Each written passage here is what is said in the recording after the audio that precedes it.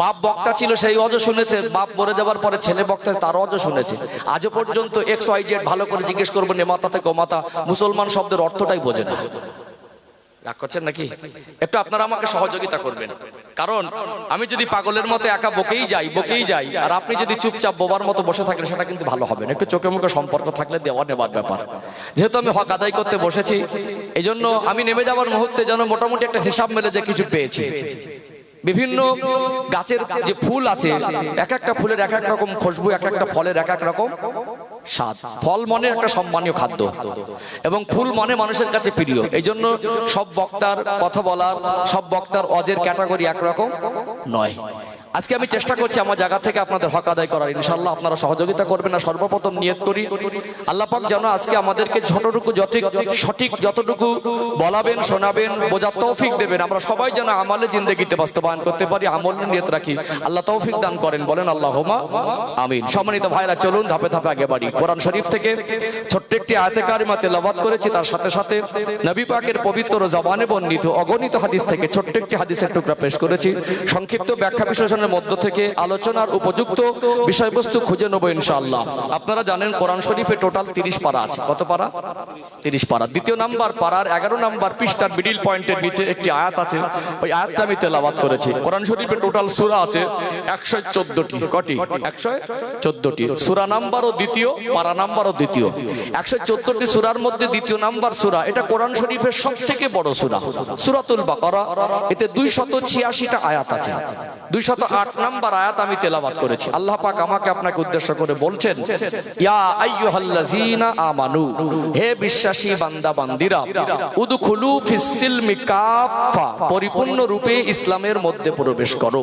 ওয়ালা তাত্তাবিউ খুতুওয়াতিশ শাইতান, শয়তানের পদাঙ্ক অনুসরণ করো না। ইন্নাহু লাকুম আদুউম মুবিন, নিশ্চিত রূপে সে তোমাদের প্রকাশ্য দুশমন। আয়াতের বিস্তারিত ব্যাখ্যা আছে, আমি ছোট ছোট করে একটা কথা বললে এর ভিতর থেকে আমাদের আলোচনার বিষয়বস্তু বেরিয়ে আসবে ইনশাআল্লাহ। প্রথমত যারা ঈমানদার, যারা মুসলমান, যারা বিশ্বাসী, যারা মুমিন, আল্লাহ তাদেরকে বলছেন, হে বিশ্বাসী বান্দা বান্দিরা, উদখুলু ফিস সিলমি কাফা, পরিপূর্ণ রূপে ইসলামের মধ্যে প্রবেশ করো। অর্থাৎ আমাদেরকে প্রথম পর্যায়ে জানতে হবে ইসলামটা কি। এটা যদি জানতে না পারি তাহলে পরিপূর্ণ ইসলামের মধ্যে প্রবেশ করা আমাদের সম্ভব হবে না। দ্বিতীয়ত, কেন আমরা পরিপূর্ণ ইসলামের মধ্যে প্রবেশ করব, করলে লাভ কি আর না করলে ক্ষতি কি, এই পর্যালোচনা আমাদের করতে হবে। তাহলে আমাদের কি ইসলামের মধ্যে প্রবেশ করা সহজ হবে। কথা ঠিক না বেঠিক? সহজ হবে না? আমরা যা করি ম্যাক্সিমাম প্রত্যেকটা কর্মের একটা উদ্দেশ্য থাকে। একজন যার স্মৃতি শক্তি, যার কি বলা যায় যে মানুষটা আজকে মানসিক রোগে আক্রান্ত, স্মৃতি শক্তি নরমাল নেই, অ্যাবনরমাল, পাগলা ক্যাটাগরি যারা মানুষ আমরা সাধারণভাবে বলি, তাদের কাজের কোনো উদ্দেশ্য থাকে না। যখন যেটা মনে আসে তারা বলে ফেলে, করে ফেলে, খেয়ে ফেলে। কিন্তু আমরা সাধারণত মানুষ, আমরা সবসময় কোনো কাজ করলে তার একটা উদ্দেশ্য থাকে। থাকে কি থাকে না? থাকে না? কোনো কাজ উদ্দেশ্যবিহীন হয় কি?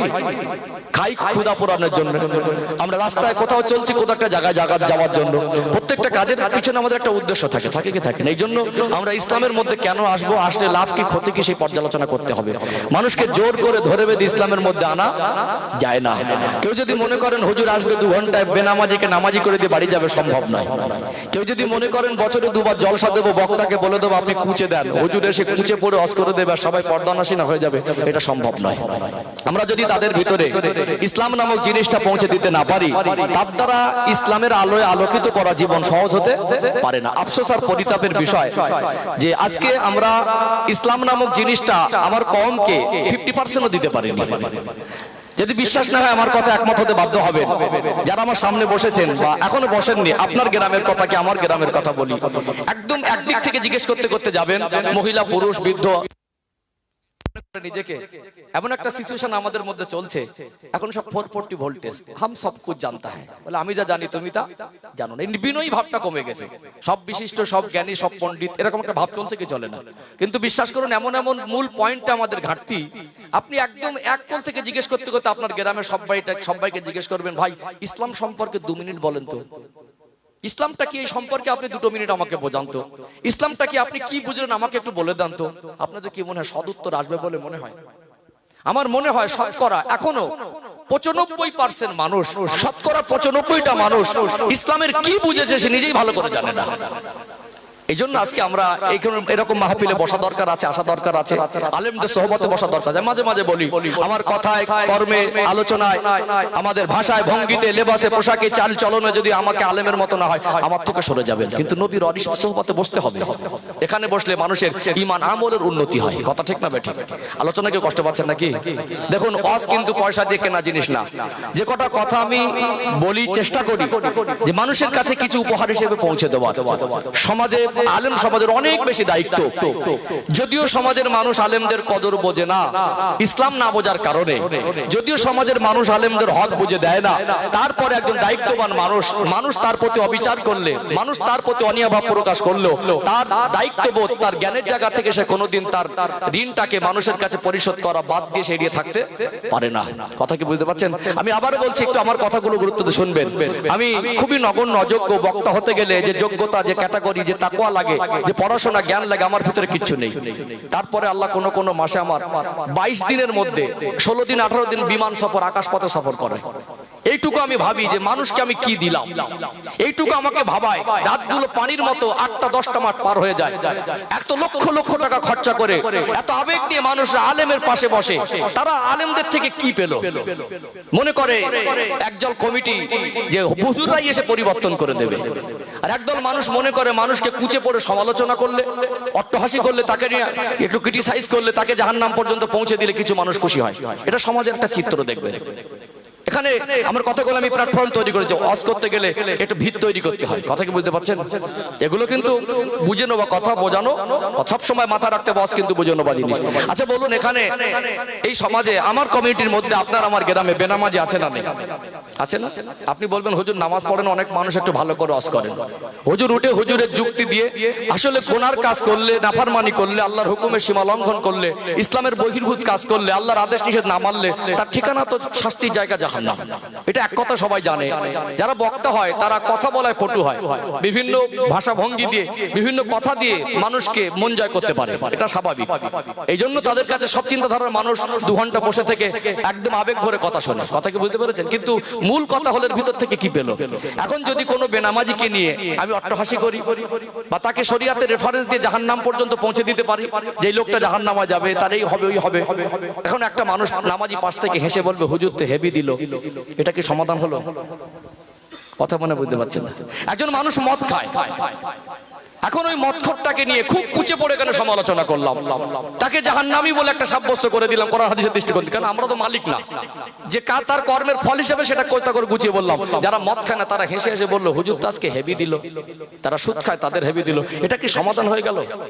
বরং তাদেরকে না সরিয়ে দিয়ে, তাদেরকে বুকে টেনে, তাদেরকে কাছে বসিয়ে, বরং তাদের কাছে গিয়ে আমরা ইসলাম নামক জিনিসটা ওই খারাপ মানুষটার কাছে যদি পৌঁছে দিতে পারি, ইসলামের আলো তার ভিতরে যদি কিঞ্চিত দিতে পারি, ইসলামের আলো এমন এক আলো, মানুষের জীবন যত গভীর অন্ধকারে ডুবে থাক, তার কাছে ইসলামের আলো পৌঁছালে সে পরিবর্তন আর হেদায়েতের রাস্তাটা সহজেই পেয়ে যায়। বলুন সুবহানাল্লাহ। আমরা যতটা পরিমাণ সমালোচনা করি, যতটা পরিমাণে মানুষের খারাপ কর্ম নিয়ে অট্টহাসি করি, যতটা পরিমাণে তাদেরকে খারাপ মনে করি, ততটা পরিমাণে আমরা তাদেরকে ইসলাম নামক জিনিসটা পৌঁছে দিয়ে তাদেরকে ইসলামের আলো আনার চেষ্টা করি না। এটা আমাদের ব্যর্থতা। আমার ওয়াজ কারোর ভালো লাগুক আর না লাগুক, এতে আমার যাররা দুঃখ হয় না। কারণ এটা আমি আমার দৃষ্টিকোণ থেকে মনে করি যে কোরআন হাদিসের থেকে ভালো কথা একজন আলেমের, এর থেকে ভালো জিনিস দেওয়ার আর কিছু নেই। যদি কোনো মানুষের এই কথা ভালো না লাগে, আমি কোরআন হাদিসের বহির্ভূত কথা বলে আপনার মন জয় করার, ভালো লাগানো, এটা আমার জ্ঞান আর বিবেক আমাকে বলে না। রাগ করছেন নাকি? কথা কি বুঝতে পারছেন? আপনার আবার কি মনে হচ্ছে কেন এক একটা এলাকার মানুষ এক এক রকম? যদিও আমার থানাটা এখন পরিবর্তন হয়ে, আগে সন্দেশখালী ছিল, এখন নেজাট হয়েছে। আমি থানার অন্তর্গত মানুষ, আমার থানার ইয়ার মানুষ অনেকে আমার বাড়ি যে এই শাকদা গ্রামে অনেকে বিশ্বাস করতে পারে না। ইন্টারনেটে মোবাইলে দেখে বলে হুজুর আপনার বাড়ি শাকদা, আমার তো মনেই হয় না। আল্লাহর মেহেরবানি। যাই হোক, যে কথাটা বলতে চাইছি যে তারপরে আমি জানি যে আপনারা আমার যদি থানা এরিয়ার মানুষ হন, আপনাদের দুটো কথা বলার হক বেশি, আমার বেশি না কম? বেশি না? এই জন্য আমি বলছি, যেখানে আমার যদি ভালো লাগে তো শুনবো, আমার যদি মনের মতো হয়তো শুনবো, এই মেজাজটাকে আমাকে বাদ দিতে হবে। কোরআন হাদিস শুনবো, আল্লাহর জন্য শুনবো, পরিবর্তনের জন্য শুনবো, জীবনটা আল্লাহ সন্তুষ্ট অর্জনের জন্য যা করা দরকার সেই কাজ করার জন্য উদ্বুদ্ধ হওয়া, উৎসাহিত হওয়া এবং সেই কাজের, সেই রাস্তার অনুসন্ধান করার জন্য এখানে বসবো। এই নিয়তে যদি স্বচ্ছতা না থাকে, লক্ষ লক্ষ টাকা খরচা করে আমরা কেউ কামিয়াবি হতে পারবো না। এই জন্য আমরা 30-40 বছর ধরে ওয়াজ শুনছি, বাবা বক্তা ছিল তার ওয়াজ শুনেছে, ছেলে বক্তা হয়েছে তার ওয়াজ শুনেছে, আজও পর্যন্ত ইসলাম কি জিনিস বোঝে না। এটা আমাদের ব্যর্থতা। এই জন্য আমাদের কিছু মূল ভাইটাল পয়েন্টে চেঞ্জ আনতে হবে, পরিবর্তন আনতে হবে, চিন্তা চেতনায় পরিবর্তন আনতে হবে। ইনশাআল্লাহ এত জায়গাটা শ্রেষ্ঠ জায়গাটা জানি, কিন্তু এর থেকে আমরা উপকৃত হতে পারি, এটা আমাদের ব্যর্থতা। আজকে আমরা উপকৃত হতে পারি না বলে এক শ্রেণীর মানুষ তারা ইসলামকে না বুঝে বলে জলসা দিয়েও লাভ নেই। এটা সদুত্তর আছে, অত দিতে হবে। ও বোঝে না, যে বলছে জলসা দিয়ে লাভ নেই সেও ইসলামটাকে বোঝে না। চলুন ধাপে ধাপে আগে বাড়ি। তাহলে ইসলামটা কি প্রথম পর্যায়ে আলোচনা করব। আর মানুষকে তার যত খারাপ জীবনে, যত কুকর্ম তার জীবনে আছে, ওই খারাপই জীবন থেকে ইসলামের আলো থেকে আনতে গেলে তার ভিতরে ইসলাম জিনিসটা পৌঁছাতে হবে। আল্লাহ নবী সাল্লাল্লাহু আলাইহি সাল্লাম মক্কার মানুষকে জোর করে কাউকে ইসলামের মধ্যে আনে নাই, জোর করে ধর্মান্তরিত করার কোনো আদেশ ইসলামের মধ্যে নেই। বরং মক্কার সবথেকে নিকৃষ্ট মানুষদের কাছে আমার নবী তার উত্তম আচরণ, মধুর ভাষা আর কোরআনের বাণী নিয়ে পৌঁছেছিলেন। কঠোর হৃদয়ের মানুষগুলো যখন সত্য জিনিসটা বুঝতে পেরেছে, ইসলামের আলো তাদের কাছে পৌঁছেছে, তাদের সেই জীবনের সব নোংরামি ছেড়ে দিয়ে তারা সহজে আল্লাহ এবং রসুলের সন্তুষ্টি জীবন অর্জন করতে পেরেছে। কথা ঠিক না বেঠিক? চলুন ছোট ছোট করে আগে বাড়ি। আগে ইসলামটাকে এটা আমরা জানি, আর ইসলামের মধ্যে যে আল্লাহ প্রবেশ করতে বলেছেন, কেন বলেছেন, লাভ কি ক্ষতি কি, এটা আমরা যদি আমাদের ভাইদেরকে জানিয়ে দিতে পারি, একটা আমল তার করা দরকার, তার জীবনে ঘাটতি, ওই আমলের লাভ ক্ষতিকে বুঝে দিতে হবে, তাহলে ওর জন্য পরিবর্তনটা সহজ হবে। কথা ঠিক না বেঠিক? চলুন ধাপে ধাপে আগে বাড়ি ইনশাআল্লাহ। সোনার মানিকেরা, নওজোয়ান তরুণেরা, ও সোনার ময়না যুবকেরা, আব্বারা মায়েরা, আল্লাহ পাক কোরআনুল কারীমে সূরাতুল বাকারার 208 নম্বর আয়াতের ভিতরে স্পষ্ট করে জানিয়ে দিলেন, ইয়া আইয়ুহাল্লাযীনা আমানু, হে বিশ্বাসী বান্দা বান্দীরা, উদখুলু ফিস-সিলমি কাফা, পরিপূর্ণ রূপে ইসলামের মধ্যে প্রবেশ করো। ওয়ালা তাত্তাবিউ খুতুওয়াতিশ শাইতান, শয়তানের পদাঙ্ক অনুসরণ করো না। ইন্নাহু লাকুম আদুউম মুবিন, নিশ্চিত রূপে সে তোমাদের চরম দুশমন। ও ভাইজানেরা, সোনার মানিক যুবকেরা, আব্বারা মায়েরা, আমার আল্লাহ যে পরিপূর্ণ ইসলামের মধ্যে প্রবেশ করতে বলেছেন, এখানে প্রথম পর্যায়ে আমরা জানবো ইসলামটা কি। এটা আমাদের প্রত্যেকে জানা দরকার আছে না নেই?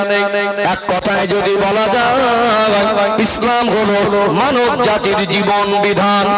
শব্দটা একটু হার্ড, এটা এমন একটা শব্দ, এর এত গভীর ব্যাখ্যা আছে যেটা এক কথায় অনেক মানুষ উপলব্ধি করতে পারবে না, সুস্পষ্ট বুঝতে পারবে না। এখানে ব্যাখ্যা দেওয়া অত্যন্ত দরকার। একটু ব্যাখ্যা যাই দরকার আছে না?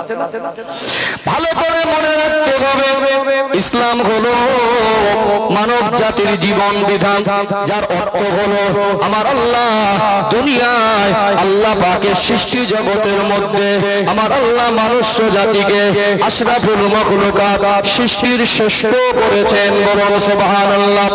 এর মধ্যে আপনারা শুনে থাকবেন 18,000 মাখলুকাত, 18,000-এর কম হবে না, 18,000-এর বরং বেশি হবে। আল্লাহ সৃষ্টি যদি 18,000-এর বেশি হয়, মনে রাখতে হবে আল্লাহ পাকের সৃষ্টি জগতের মধ্যে আমার আল্লাহ মানুষকে শ্রেষ্ঠত্ব দিয়েছেন। কোরআনুল কারীমে আল্লাহ পাক বলছেন, ওয়ালাকাদ কাররামনা বানি আদম, আমি আল্লাহ আদম সন্তানকে সম্মানে জীবন দিয়েছি। আমরা সৃষ্টির শ্রেষ্ঠ। এমনকি আমরা ইমানে মুফাসসালের মধ্যে যে 7টা বিষয়ের উপরে বিশ্বাস স্থাপন করার পরে ইমানদারদের অন্তর্ভুক্ত হয়েছি, এর মধ্যে আমানতু বিল্লাহি, ঈমান এনেছি আল্লাহর উপরে, ও মালাইকাতিহি, ফারিস্তা সমূহের উপরে। এই ফারিস্তারা যে আছে, এটা আল্লাহর যে একটা সম্মানিত সৃষ্টি। ফারিস্তারা যে নূরের তৈরি, আমরা ফারিস্তাকে সরাসরি চোখে না দেখলেও আল্লাহ ফারিস্তা মণ্ডলী একটা আল্লাহর সৃষ্টি, সেটা আমরা জানি কি জানি না? আমাদের কাছে ফারিস্তারা সম্মানের। তারপরে দেখবেন 4টে প্রধানতম ফারিস্তার নাম যখন আমরা নেই, হযরত জিবরাইল আমিন আলাইহিস সালাম, তাদের নাম বলার সাথে সাথে আমরা সম্মান সূচক কিছু শব্দ চয়ন করি না? যেগুলো নবীদের ক্ষেত্রে, যেগুলো মুমিনদের ক্ষেত্রে, যেগুলো সাহাবাদের ক্ষেত্রে আমরা সম্মান সূচক শব্দ ব্যবহার করি নামের আগে পিছে, সেগুলো আল্লাহ ফারিস্তাদের নাম আমাদের যখন আসে, আমরা যখন নেই, সেগুলো আমরা সম্মান সূচক শব্দ ব্যবহার করি। কিন্তু আমার আল্লাহ ফারিস্তাদের থেকেও মানুষকে শ্রেষ্ঠ করেছেন। বলুন সুবহানাল্লাহ। ও ভাইজানেরা, সোনার মানিক যুবকেরা, আব্বারা মায়েরা, যারা একটু জেনার শিক্ষিত মানুষ, এটা সহজে বুঝে আসবে। একটা হলো জীব, আর একটা হলো জড় পদার্থ। পদার্থের ব্যক্তিগত কোনো ক্ষমতা নেই, তার ভিতরে জান বলে কিছু নেই। একটা পাথরের টুকরা, একটা মাটির ঢেলা, একটা শুকনো গাছের ডাল যদি পড়ে থাকে, কয়েক বছর ধরে পড়ে থাকলে ওর ব্যক্তিগত কোনো শক্তি ওর ভিতরে কাজ করে না। আল্লাহ দয়াময়, তিনি সৃষ্টি জগতের মধ্যে যাদের জীবন দিয়েছেন, যারা জীব আর জড়ের মধ্যে পার্থক্য আছে। আমরা হলাম জীবন পাওয়া যত আল্লাহ সৃষ্টি আছে তার মধ্যে শ্রেষ্ঠ জীব। আল্লাহ আমাদেরকে এমন বৈশিষ্ট্য দিয়ে সৃষ্টি করেছেন যেটা আল্লাহ সৃষ্টি জগতের মধ্যে আর কারোর ভিতরে এই বৈশিষ্ট্যগুলো পাওয়া যায় না। দেখবেন আমরা জড় পদার্থের মতো এক সপ্তাহ এক জায়গায় পড়ে থাকতে পারবো না। আমাদের জীবনে খাদ্যের প্রয়োজন আছে না নেই? আমাদের জীবনে কখনো পেশাব পায়খানার প্রয়োজন হয়, আমরা কিছু বলতে পারি, আমরা চলতে পারি, আমরা দেখতে পারি, আমরা শুনতে পাই। আমরা দুনিয়ায় জীবন যাপন করতে গেলে আমাদের কিছু করতে হয়। আমার আল্লাহর বড় দয়া, আল্লাহ পাকের বড় করুণা, মানুষ্য জাতিকে আমার আল্লাহ যেমন সৃষ্টির শ্রেষ্ঠ করেছেন, এই মানুষ্য জাতিকে স্মৃতি শক্তি জ্ঞান নামক নিয়ামতটা আল্লাহ যেমন ক্যাটাগরিতে দিয়েছেন, এই বিবেক জ্ঞান বুদ্ধির ক্যাটাগরি আল্লাহ মানুষকে যেমন পর্যায়ে দিয়েছেন, অন্য কোন জীবকে আমার আল্লাহ এই পর্যায়ের কোন রকম স্মৃতি শক্তি আর জ্ঞান দান করেন নাই। আল্লাহ যেমন মানুষ্য জাতিকে সৃষ্টির শ্রেষ্ঠ করেছেন, মানুষ্য জাতি জ্ঞানেও শ্রেষ্ঠ, গুণেও শ্রেষ্ঠ, মানুষ্য জাতি পরিকাঠামোয় শ্রেষ্ঠ। কোরআনুল কারীমে সূরা তুত-তিনের মধ্যে আমার আল্লাহ বলছেন, লাকাদ খালাকনাল ইনসানা ফি আহসানি তাকওয়িম, আমি আল্লাহ মানুষ্য জাতিকে সুন্দর পরিকাঠামোয়, সুন্দর ধাঁজে, সুন্দর ডিজাইনে তৈরি করেছি। যদি আল্লাহ সৃষ্টি জগৎকে নিয়ে পর্যবেক্ষণ করা যায়, গবেষণা করা যায়, মানুষ শুধু জ্ঞানে গুণে সৃষ্ট নয়, মানুষ শুধু আল্লাহ সৃষ্টি জগতের মধ্যে শ্রেষ্ঠ বৈশিষ্ট্য পেয়েছেন এমন নয়, গঠনমূলক দিক থেকেও আল্লাহ তার শরীরের গঠনটাকেও সৃষ্টির মধ্যে শ্রেষ্ঠত্ব দিয়েছেন। সুবহানাল্লাহ, নারায়ে তাকবীর। খুব গভীর ভাবে যদি সৃষ্টি জগৎ নিয়ে গবেষণা করা যায়, আমরা সব দিক থেকে শ্রেষ্ঠ। কথা ঠিক না বেটি? যে জ্ঞান বিবেক আল্লাহ মানুষকে দিয়েছে সেটা কুকুরকে দেয়নি, যে বিবেক বুদ্ধি আল্লাহ মানুষকে দিয়েছে সেটা শূকরকে দেয় না, সেটা অন্য কোন প্রাণীর ভিতরে দেয় না। আমাদের এই বিবেক নামক জিনিস দিয়ে সিদ্ধান্ত নিতে আমরা অনেক কিছু করতে পারি, পারি কি পারি না? তাহলে মূল কথা, আমরা হলাম সৃষ্টির শ্রেষ্ঠ। সৃষ্টির শ্রেষ্ঠ হয়ে চলতে পারি বলে যা ইচ্ছা যেখানে মন চায় সেইভাবে, যে পথে মন চায় সেভাবে চলবো না। বলতে পারি বলে যা ইচ্ছা তাই বলবো না। খেতে পারি বলে আল্লাহ খাবার ক্ষমতা দিয়েছে বলে যেটা মন চায় সেটা খাবো না। দেখবেন আল্লাহর সৃষ্টি জগৎ নিয়ে যারা মানে এই মানবিক দেহ নিয়ে যারা গবেষণা করছে, অবাক হয়ে যাবেন তথ্যগুলো। আজকে আমাদের বোঝানো সহজ হয়ে গেছে, যেহেতু টেকনোলজি ব্যবহার হচ্ছে। ভারতবর্ষের নাগরিকের জন্য আধার কার্ড হয়েছে না হয়নি? হ্যাঁ, অধিকাংশ মানুষ জানতো না যে এক একটা মানুষের শুধু চেহারা দেখতে আলাদা আলাদা নয়, তাদের ফিঙ্গারপ্রিন্টও আলাদা। এটা অধিকাংশ মানুষ আগে জানতো না। আল্লাহ কত নিখুঁত ভাবে সৃষ্টি করেছেন, crore crore million billion trillion আল্লাহ মানুষকে সৃষ্টি করেছেন। কারোর সঙ্গে কারোর চেহারার হুবাহু মিল পাওয়া যায় না। আর আশ্চর্য হবেন, এই মানুষের আঙ্গুল কত একটা সামান্য একটা ছোট জায়গা, 5টা আঙ্গুলের ফিঙ্গারপ্রিন্ট 5 রকম, এবং একটার সঙ্গে আর একটা কারোর সঙ্গে মেলে না। এটা মহান সৃষ্টিকর্তা ছাড়া এইরকম নিখুঁত ভাবে, এইরকম ভাবে মানুষকে সৃষ্টি করা কোনোদিন সম্ভব হয় না। কখনো সৃষ্টিকর্তাকে খুঁজতে গেলে আমার স্রষ্টার সৃষ্টিকে নিয়ে যদি গবেষণা করে, সৃষ্টিকর্তাকে ওর মধ্যেই অনুভূতি হয়, অনুভব করা যায় যে সৃষ্টিকর্তা বলে একজন আছে। বলুন না সুবহানাল্লাহ। আর আশ্চর্য হবে, আমরা দৃষ্টিশক্তি যে চোখ দিয়ে দেখি, এই চোখের স্ক্যান যে করে, এক একটা মানুষের চোখের ভিতরে আল্লাহ যে পরিকাঠামো দিয়েছেন সেটা আরেকজনের সঙ্গে মেলে না। তাহলে সম্মানিত ভাইরা, আমরা সৃষ্টির শ্রেষ্ঠ, ঠিক তো নাকি? সৃষ্টির শ্রেষ্ঠ মানুষকে আল্লাহ এমন ভাবে তৈরি করেছেন, এই মানুষ যদি বলতে পারে বলে যে যার মতো বলতে থাকে, করতে পারে মানে যার মন চায় যে যা তাই করতে থাকে, কিছু সিদ্ধান্ত নিতে পারে যে যার মতো সিদ্ধান্ত নেয়, তাদের জীবনে শান্তি শৃঙ্খলা, তাদের জীবনে সুন্দর নিয়ম পদ্ধতি বলে কিছু থাকবে না। গোটাল তাদের জীবনটা অশান্ত হয়ে যাবে, পৃথিবীটা অশান্ত হয়ে উঠবে। এই জন্য আল্লাহ সৃষ্টির শ্রেষ্ঠ করে এই মানুষ্য জাতি জন্ম থেকে মৃত্যু পর্যন্ত কোন নিয়মে কোন পদ্ধতিতে, কোন সিস্টেমে, কিভাবে তার জীবনটা অতিবাহিত হবে। আল্লাহ যেমন সৃষ্টি করলেন, আল্লাহ সুন্দর একটা গাইডলাইন, জীবন বিধান, সিস্টেম পদ্ধতি দিলেন। বলুন সুবহানাল্লাহ। কোনটা আমাদের জন্য খাদ্য আর কোনটা খাদ্য না সেটা আল্লাহ ঠিক করে দিয়েছেন। কোনটা আমরা বলবো আর কোনটা বলবো না সেটা আল্লাহ ঠিক করে দিয়েছেন। কোনটা আমরা করবো আর কোনটা করবো না সেটা আল্লাহ ঠিক করে দিয়েছেন। অর্থাৎ ইসলাম আল্লাহর পক্ষ থেকে মানুষ জাতির জন্য একটা শ্রেষ্ঠ নিয়ামত, যেটা মানুষ জাতির জীবন যাপনের নিয়ম পদ্ধতি, গাইডলাইন, যেটা আল্লাহর পক্ষ থেকে দেওয়া হয়েছে। বলুন সুবহানাল্লাহ। ইসলাম কি? মানুষ জাতির জীবন যাপনের নিয়ম পদ্ধতির নাম, যে নিয়ম পদ্ধতি আল্লাহ মানুষ জাতিকে দিয়েছেন। কথা ঢুকছে? আরো ব্যাখ্যা আসবো ইনশাআল্লাহ, আরো ব্যাখ্যা আসবো। এখানে আরেকটি ইসলামের ব্যাখ্যা দিই, তাহলে ইসলামটা কি জিনিস আমরা পরিপূর্ণভাবে প্রাথমিক পর্যায়ে বুঝি। তাহলে ইসলামের ভিতরে আসলে লাভ কি আর কতটুকু আসতে পেরেছি, বাকিটা আসবো কিভাবে, আর না আসলে ক্ষতিটা কি, সে পর্যালোচনা আসবো ইনশাআল্লাহ। লাভ ক্ষতি যদি আমরা বুঝিয়ে দিতে পারি, ইসলামটাকে বুঝিয়ে দিতে পারি, ইসলামের আলোয় মানুষকে আনা সহজ হয়ে যাবে। কথা ঠিক না বেটি?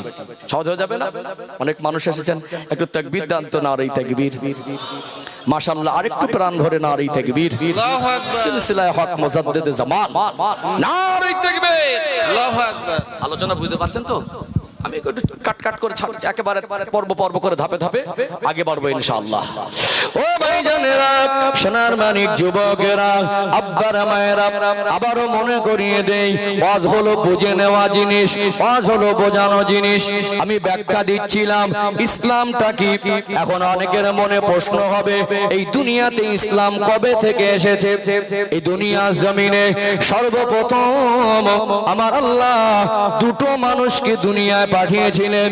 একজন হলেন মানুষ জাতির আদি পিতা আবুল বাশার আব্বাজান হযরত নবী আদম আলাইহিস সালাম, অপরজন হলেন মানুষ জাতির আদি মাতা আম্মা জান হযরত হাওয়া আলাইহিস সালাম।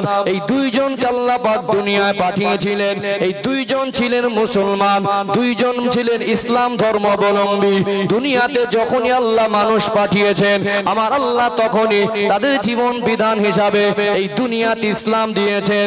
কেননা আমার আল্লাহ ইসলাম নামক জীবন ব্যবস্থাটাকে মানুষ জাতি জীবনে বাস্তবায়ন করার জন্য আল্লাহ পাক এই মানুষ জাতির মধ্যে একটা ক্যাটাগরি আলাদা করে দিয়েছেন। সেটা হলো নবী আলাইহিমুস সালামদের ক্যাটাগরি। নবীদের মাধ্যম দিয়ে আমার আল্লাহ পৃথিবীতে আল্লাহ নিয়ম কানুন পদ্ধতিটা মানুষ জাতি জীবনে বাস্তবায়ন করেছেন। তামাম সৃষ্টি জগতের মধ্যে আল্লাহ মানুষকে শ্রেষ্ঠ করে আল্লাহ পাক দুজন মানুষকে দিয়ে তামাম পৃথিবীতে এত মানুষকে আল্লাহ বানালেন। বংশ পরম্পরায় সংখ্যা এতটা বেড়ে গেল, কিন্তু মনে রাখতে হবে প্রথম মানব হিসেবে দুজন এসেছিলেন। আমাদের আদি পিতা আদম আলাইহিস সালাম, তিনি যখন প্রথম মানুষ হিসাবে এসেছিলেন, তিনি ছিলেন আল্লাহ পাকের একজন নবী। বলুন সুবহানাল্লাহ। দুনিয়াতে ইসলাম কবে থেকে এসেছে? যেদিন থেকে মানুষ জাতি এসেছে সেদিন থেকে ইসলাম এসেছে। ভালো করে খেয়াল করবেন, আজ থেকে 500 বছর আগে দুনিয়ার পরিবেশ পরিস্থিতি একরকম ছিল, আজ থেকে 1000 বছর আগে একরকম ছিল, আজ থেকে 5000 বছর আগে একরকম ছিল। এটা কিন্তু ইতিহাসও বলে, এগুলো আমরা অনুমান সহজে করতেও পারি। অজের মধ্যে শুনে থাকবেন, আল্লাহ পাক যুগ যুগ ধরে অসংখ্য নবী রাসূল পয়গম্বর আলাইহিমুস সালাম দিগকে পাঠিয়েছেন। আমাদের নবীকে আল্লাহ ইমামুল আম্বিয়া করেছেন। বলুন সুবহানাল্লাহ। কোন কোন নবী ছিলেন এলাকা ভিত্তিক নবী, কোন কোন নবী ছিলেন কোন বংশের খানদানের জন্য নবী, কোন কোন নবী ছিলেন কোন এরিয়ার জন্য নবী। সেই নবীর ইন্তেকালের পরে আল্লাহ নতুন করে আবার একজন নবীকে পাঠিয়েছেন। তার উম্মতের জন্য আল্লাহ আবার নতুন শরীয়ত নাজিল করেছেন। তখনকার সিচুয়েশন অনুযায়ী, সেই এলাকা ভিত্তিক, সেই পরিবেশ পরিস্থিতিতে মানুষ জাতির জীবন যাপনে যে নিয়ম পদ্ধতি দিলে বিশৃঙ্খলা হবে না, মানুষ জাতির শান্তির সঙ্গে সুষ্ঠুতার সঙ্গে মিলেমিশে তাদের শান্তির জীবন অতিবাহিত করতে পারবে, আল্লাহ নবীদের মাধ্যম দিয়ে তাদের উপরে সেই রকম শরীয়ত নাজিল করেছিলেন। বলুন সুবহানাল্লাহ।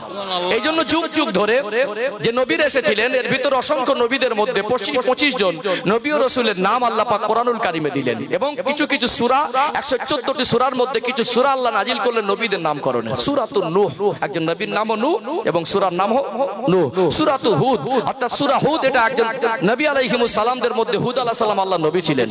আবার দেখবেন আল্লাহ পাক মানুষ জাতির শিক্ষা দেওয়ার জন্য আল্লাহর প্রিয় বান্দাদের মধ্যে যাদের কর্মজীবন আল্লাহর পছন্দ হয়েছে, যারা প্রকৃত নবীর অনুসারী ছিলেন, আল্লাহ কখনো কখনো তাদের জীবনের বর্ণনা দিয়েছেন। লোকমান হাকিম বলে একজনের নাম আল্লাহ কোরআন শরীফে দিয়েছেন না দেয়নি? দিয়েছে না? অর্থাৎ সূরা ইব্রাহিম আলাইহিস সালামের নামে আল্লাহ সূরা নাজিল করলেন। মনে রাখতে হবে তখনকার সিচুয়েশন অনুযায়ী, পরিস্থিতি অনুযায়ী মানুষ জাতির জন্য যেটা নিয়ম পদ্ধতি উপযুক্ত আল্লাহ মনে করেছিলেন, আল্লাহর পক্ষ থেকে সেই নিয়ম কানুন মানুষের কাছে বাস্তবায়ন করার জন্য আল্লাহ সেই নবীর উপরে সেই শরীয়ত নাজিল করেছিলেন। যুগ যুগ ধরে যে নবীর এসেছিলেন সব নবীর শরীয়তের পুঙ্খানুপুঙ্খানুরূপে মিল নেই। বিশেষ কিছু বিষয়ে মিল থাকলেও কিছু কিছু বিষয়ে অমিল ছিল, কারণ তখনকার সিচুয়েশন অনুযায়ী যেটা আল্লাহ মানুষের জন্য প্রয়োজন মনে করেছিলেন, আল্লাহর পক্ষ থেকে আল্লাহ নিয়ম বিধান সেটা বেঁধে দিয়েছিলেন। বলুন সুবহানাল্লাহ। চলুন আরেকটু গভীরে যাই, আরেকটু ক্লিয়ার হবে ইনশাআল্লাহ। ও ভাইজানেরা, সোনার মানিক যুবকেরা, আব্বারা মায়েরা, একটু গভীর ভাবে মনোযোগ দিয়ে বুঝতে হবে ইসলামটা কি, আর একটু গভীর ভাবে ব্যাখ্যা দেই। দেখবেন এই দুনিয়ার মানুষ আল্লাহ সৃষ্টি জগতের মধ্যে শ্রেষ্ঠ হয়ে মানুষ জাতির একটা স্বভাব হলো সুপথ ভুলে যাওয়া, আল্লাহ দেখিয়ে দেওয়া রাস্তা ভুলে যখন মন মর্জি চলে নিজেদের মধ্যে ঝগড়া বিবাদে জড়িয়ে যায়, নিজেরা বিপদ মুসিবতে চলে যায়, আল্লাহর পছন্দের রাস্তা বাদ দিয়ে আল্লাহর নাফরমানি করে বেকার রাস্তায় চলতে থাকে, অসৎ রাস্তায় চলতে থাকে, দুনিয়াটা অশান্ত হয়ে যায়, মানুষের ভিতরে বিশৃঙ্খলা তৈরি হয়, মানুষের জীবনে শান্তির অভাব হয়ে যায়। জান্নাতের রাস্তা ভুলে আল্লাহ এবং রাসূলদের দেখিয়ে দেওয়া রাস্তা ভুলে যখন কুপথে চলে যায়, আমার আল্লাহর বড় দয়া, আল্লাহ পাকের বড় করুণা, ওই বান্দা বান্দিকে সুপথ দেখানোর জন্য, আলোর রাস্তা দেখানোর জন্য আল্লাহর পক্ষ থেকে মানব জাতি জীবন যাপনের গাইডলাইন, যে নিয়ম পদ্ধতি আল্লাহ দিয়েছেন, ওই নিয়ম পদ্ধতিতে চলার জন্য, তাদেরকে সতর্ক করার জন্য, তাদেরকে একজন নেক মানুষ দিয়ে আহ্বান করে সুপথ দেখিয়ে দেওয়ার জন্য যুগ যুগ ধরে আমার আল্লাহ নবী রাসূলকে পাঠিয়েছেন। এটা আল্লাহ পাকের পক্ষ থেকে এই নাফরমান মানুষ জাতির জন্য অফুরন্ত দয়া। জোরে বলুন সুবহানাল্লাহ।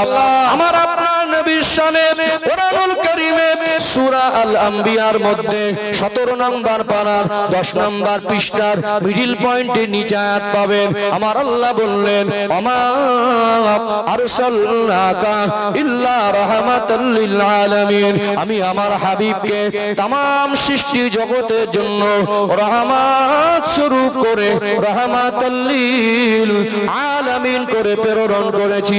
নবীরা তাদের উম্মতের জন্য রহমত স্বরূপ আসে কি আসে না? এটা আল্লাহর পক্ষ থেকে শ্রেষ্ঠ নেয়ামত। আল্লাহর পক্ষ থেকে মানুষের জন্য শুধু রহমত নয়, আমার আল্লাহ তার সৃষ্টি জগতের জন্য আমার নবীকে রহমত করেছেন।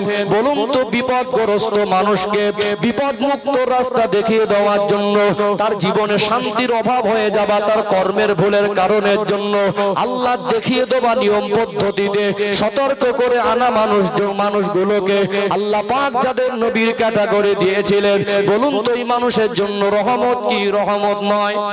রহমত নয়? মানুষ যখন সৃষ্টির শ্রেষ্ঠ হয়ে সৃষ্টি জগতের মধ্যে আল্লাহ তাকে শ্রেষ্ঠত্ব দেওয়ার পরে, সে যখন তার নিজের আদর্শ কর্ম তার সৃষ্টিকর্তা রবের পক্ষ থেকে যেটা তাকে দেওয়া হয়েছে সে যখন ভুলে যায়, তাকে সতর্ককরণের জন্য, তাকে পুনরায় আবার আমার আল্লাহ দুনিয়ার শান্তি দেওয়ার জন্য, কবরে শান্তি দেওয়ার জন্য, আখিরাতে চির শান্তির জায়গা জান্নাত দেওয়ার জন্য আল্লাহ পুনরায় একটা সুপথ রাস্তা দেখাতে চায়। এই জন্য তাদের সতর্ককরণের জন্য আল্লাহ নবীকে পাঠিয়েছেন। মানুষ ও জাতির জন্য নবী প্রেরণ করা এটা আল্লাহর পক্ষ থেকে অফুরন্ত দয়া। চলে বলুন সুবহানাল্লাহ। কথা কি ক্লিয়ার হচ্ছে? বুঝতে পারছেন? আরেকটু গভীর আসবে ইনশাআল্লাহ।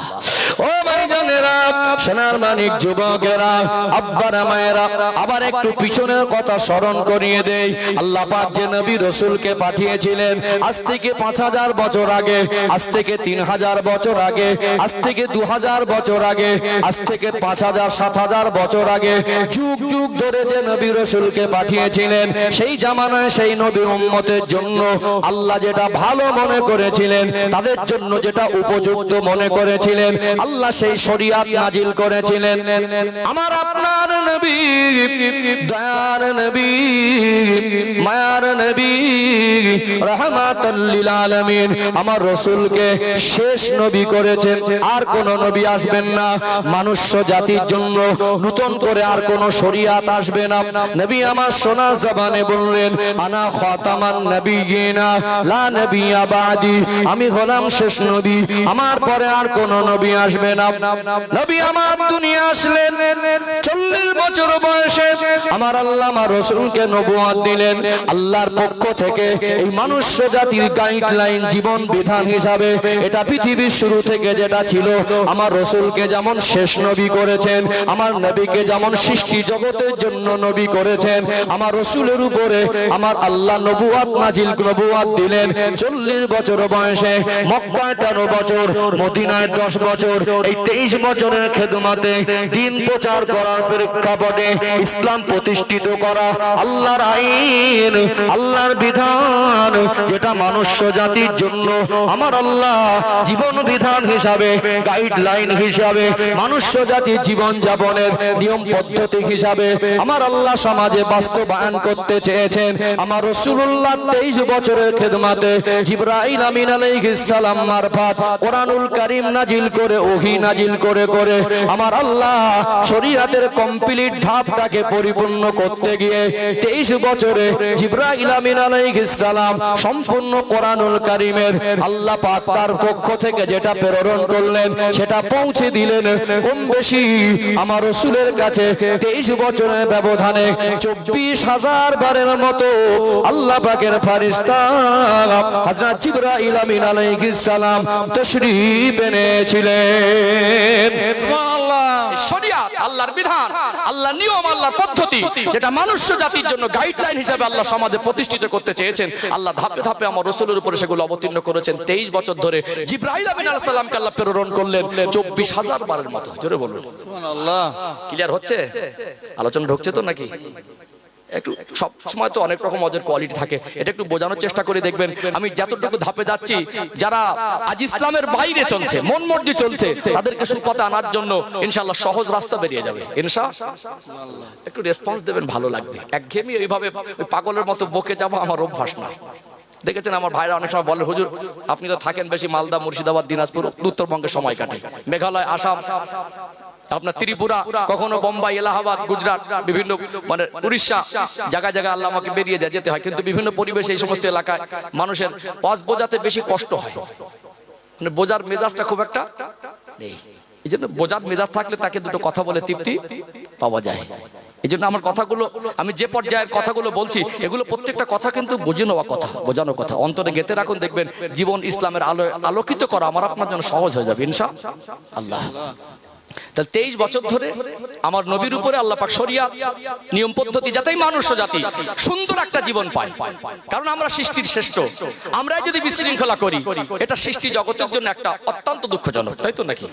আমরা সৃষ্টির শ্রেষ্ঠ হয়ে আমরা যদি নিজেরা নিজের অস্তিত্ব ঠিক ধরে রাখতে না পারি, এটা সৃষ্টির শ্রেষ্ঠত্বের আর পরিচয়টা ঠিক জায়গায় থাকে না, এটা দুঃখজনক হয়ে যায়, এটা অত্যন্ত একটা খারাপ পরিস্থিতি চলে যায়। এই জন্য আল্লাহ পাক যুগ যুগ ধরে নবী রাসূলকে পাঠিয়েছেন। আমার নবীর উপর আল্লাহ যে শরিয়াত দিয়েছেন, কিয়ামত পর্যন্ত নতুন আর কোন শরিয়াত আসবে না। আমার আপনার নবী, দয়ার নবী, মায়ার নবী জীবনে একবার হজ করেছিলেন। আমার রাসূলুল্লাহ এই 23 বছরের খেদমতে তিনি মুসলমানদের 23 বছরের খেদমতে একটা সমাজ ব্যবস্থাকে পাল্টে দিয়েছিলেন, যেখানে মক্কার জমিনে তদানীন্তন সময়ে মানুষের ভিতরে ডিসিপ্লিন বলে কিছু ছিল না, ভালো আদর্শ বলে কিছু ছিল না, মনুষ্যত্ববোধ বলে কিছু ছিল না। বাপ বেটা একটা মহিলার সঙ্গে জেনা করত, আল্লাহর কাবাগর মহিলা পুরুষ উলঙ্গ হয়ে একসঙ্গে তওয়াফ করত, জ্যান্ত মেয়েকে জীবিত অবস্থায় দাফন করে দিত, চুরি ডাকাতি রাহাজানি মস্তানি, দুনিয়ায় বিশৃঙ্খলা তৈরি হয়ে গেল, মনুষ্যত্ববোধ মিটে গেল, তাদের ভিতরে ডিসিপ্লিন বলে কিছু থাকলো না, দুনিয়ার মানুষ হাহাকারের মধ্যে পড়ে গেল, শান্তি বলে তাদের জীবনে কিছু ছিল না। সেই মানুষগুলোর মাঝে আমার নবী তিনি দ্বীনের খেদমত করলেন।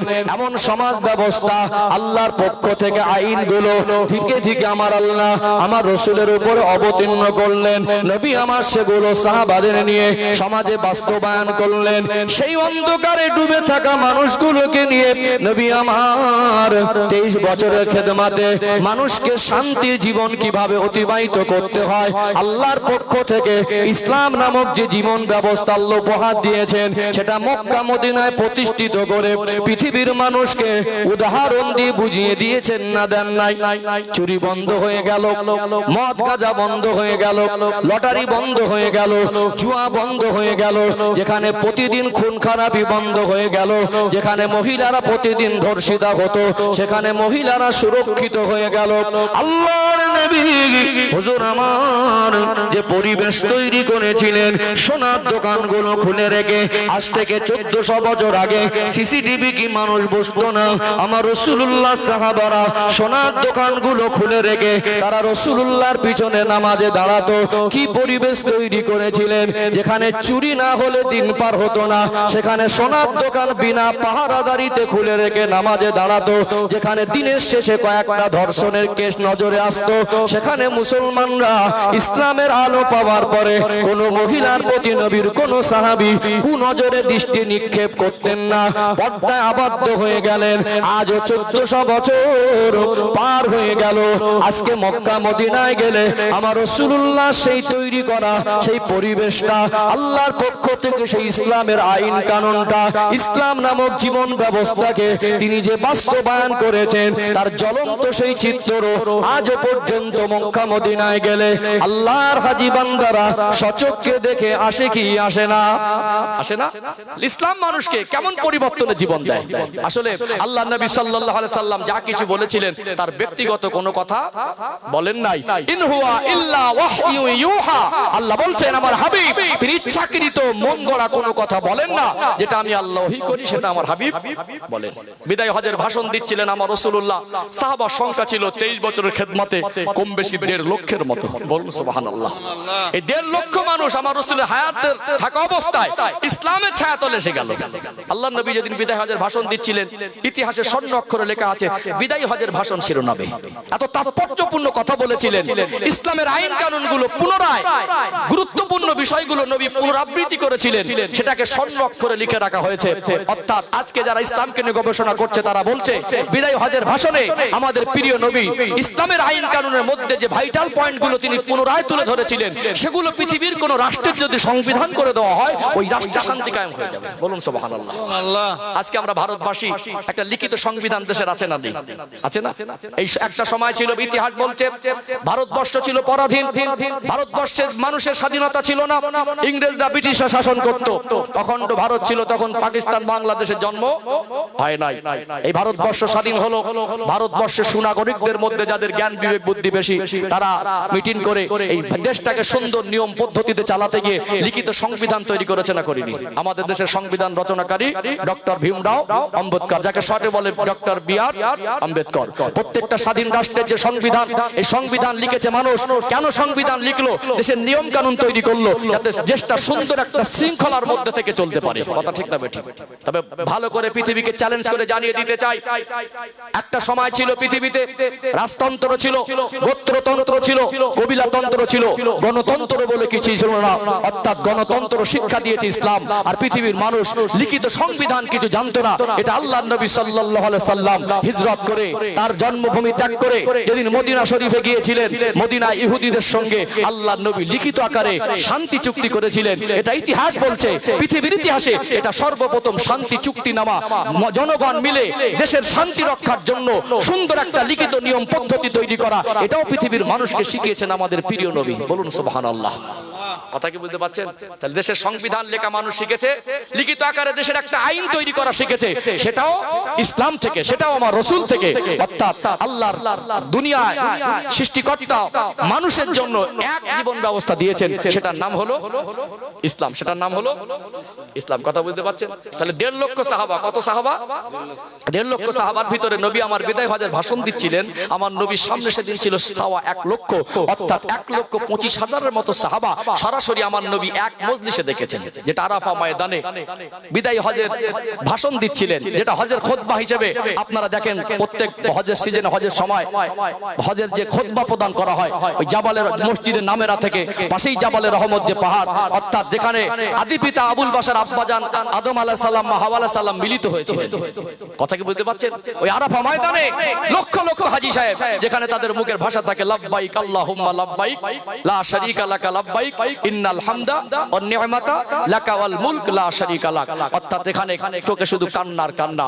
আরাফা ময়দানে কোন হাজী সাহেব অবস্থান করলে আল্লাহ ওই দিনের সম্মানের খাতিরে আল্লাহ তাদের জীবনের গুনাহ মাফ করে দেন, বলুন সুবহানাল্লাহ। নবী সেদিন ভাষণ দিচ্ছিলেন, আর কোরআনুল কারীমের সর্বশেষ আয়াত আমার রাসূলের উপরে ওই সময় অবতীর্ণ হলো, আল ইয়াউমা আকমালতু লাকুম দীনাকুম ওয়া আতমামতু আলাইকুম নি'মাতি ওয়া রাদিতু লাকুমুল ইসলাম দীনা।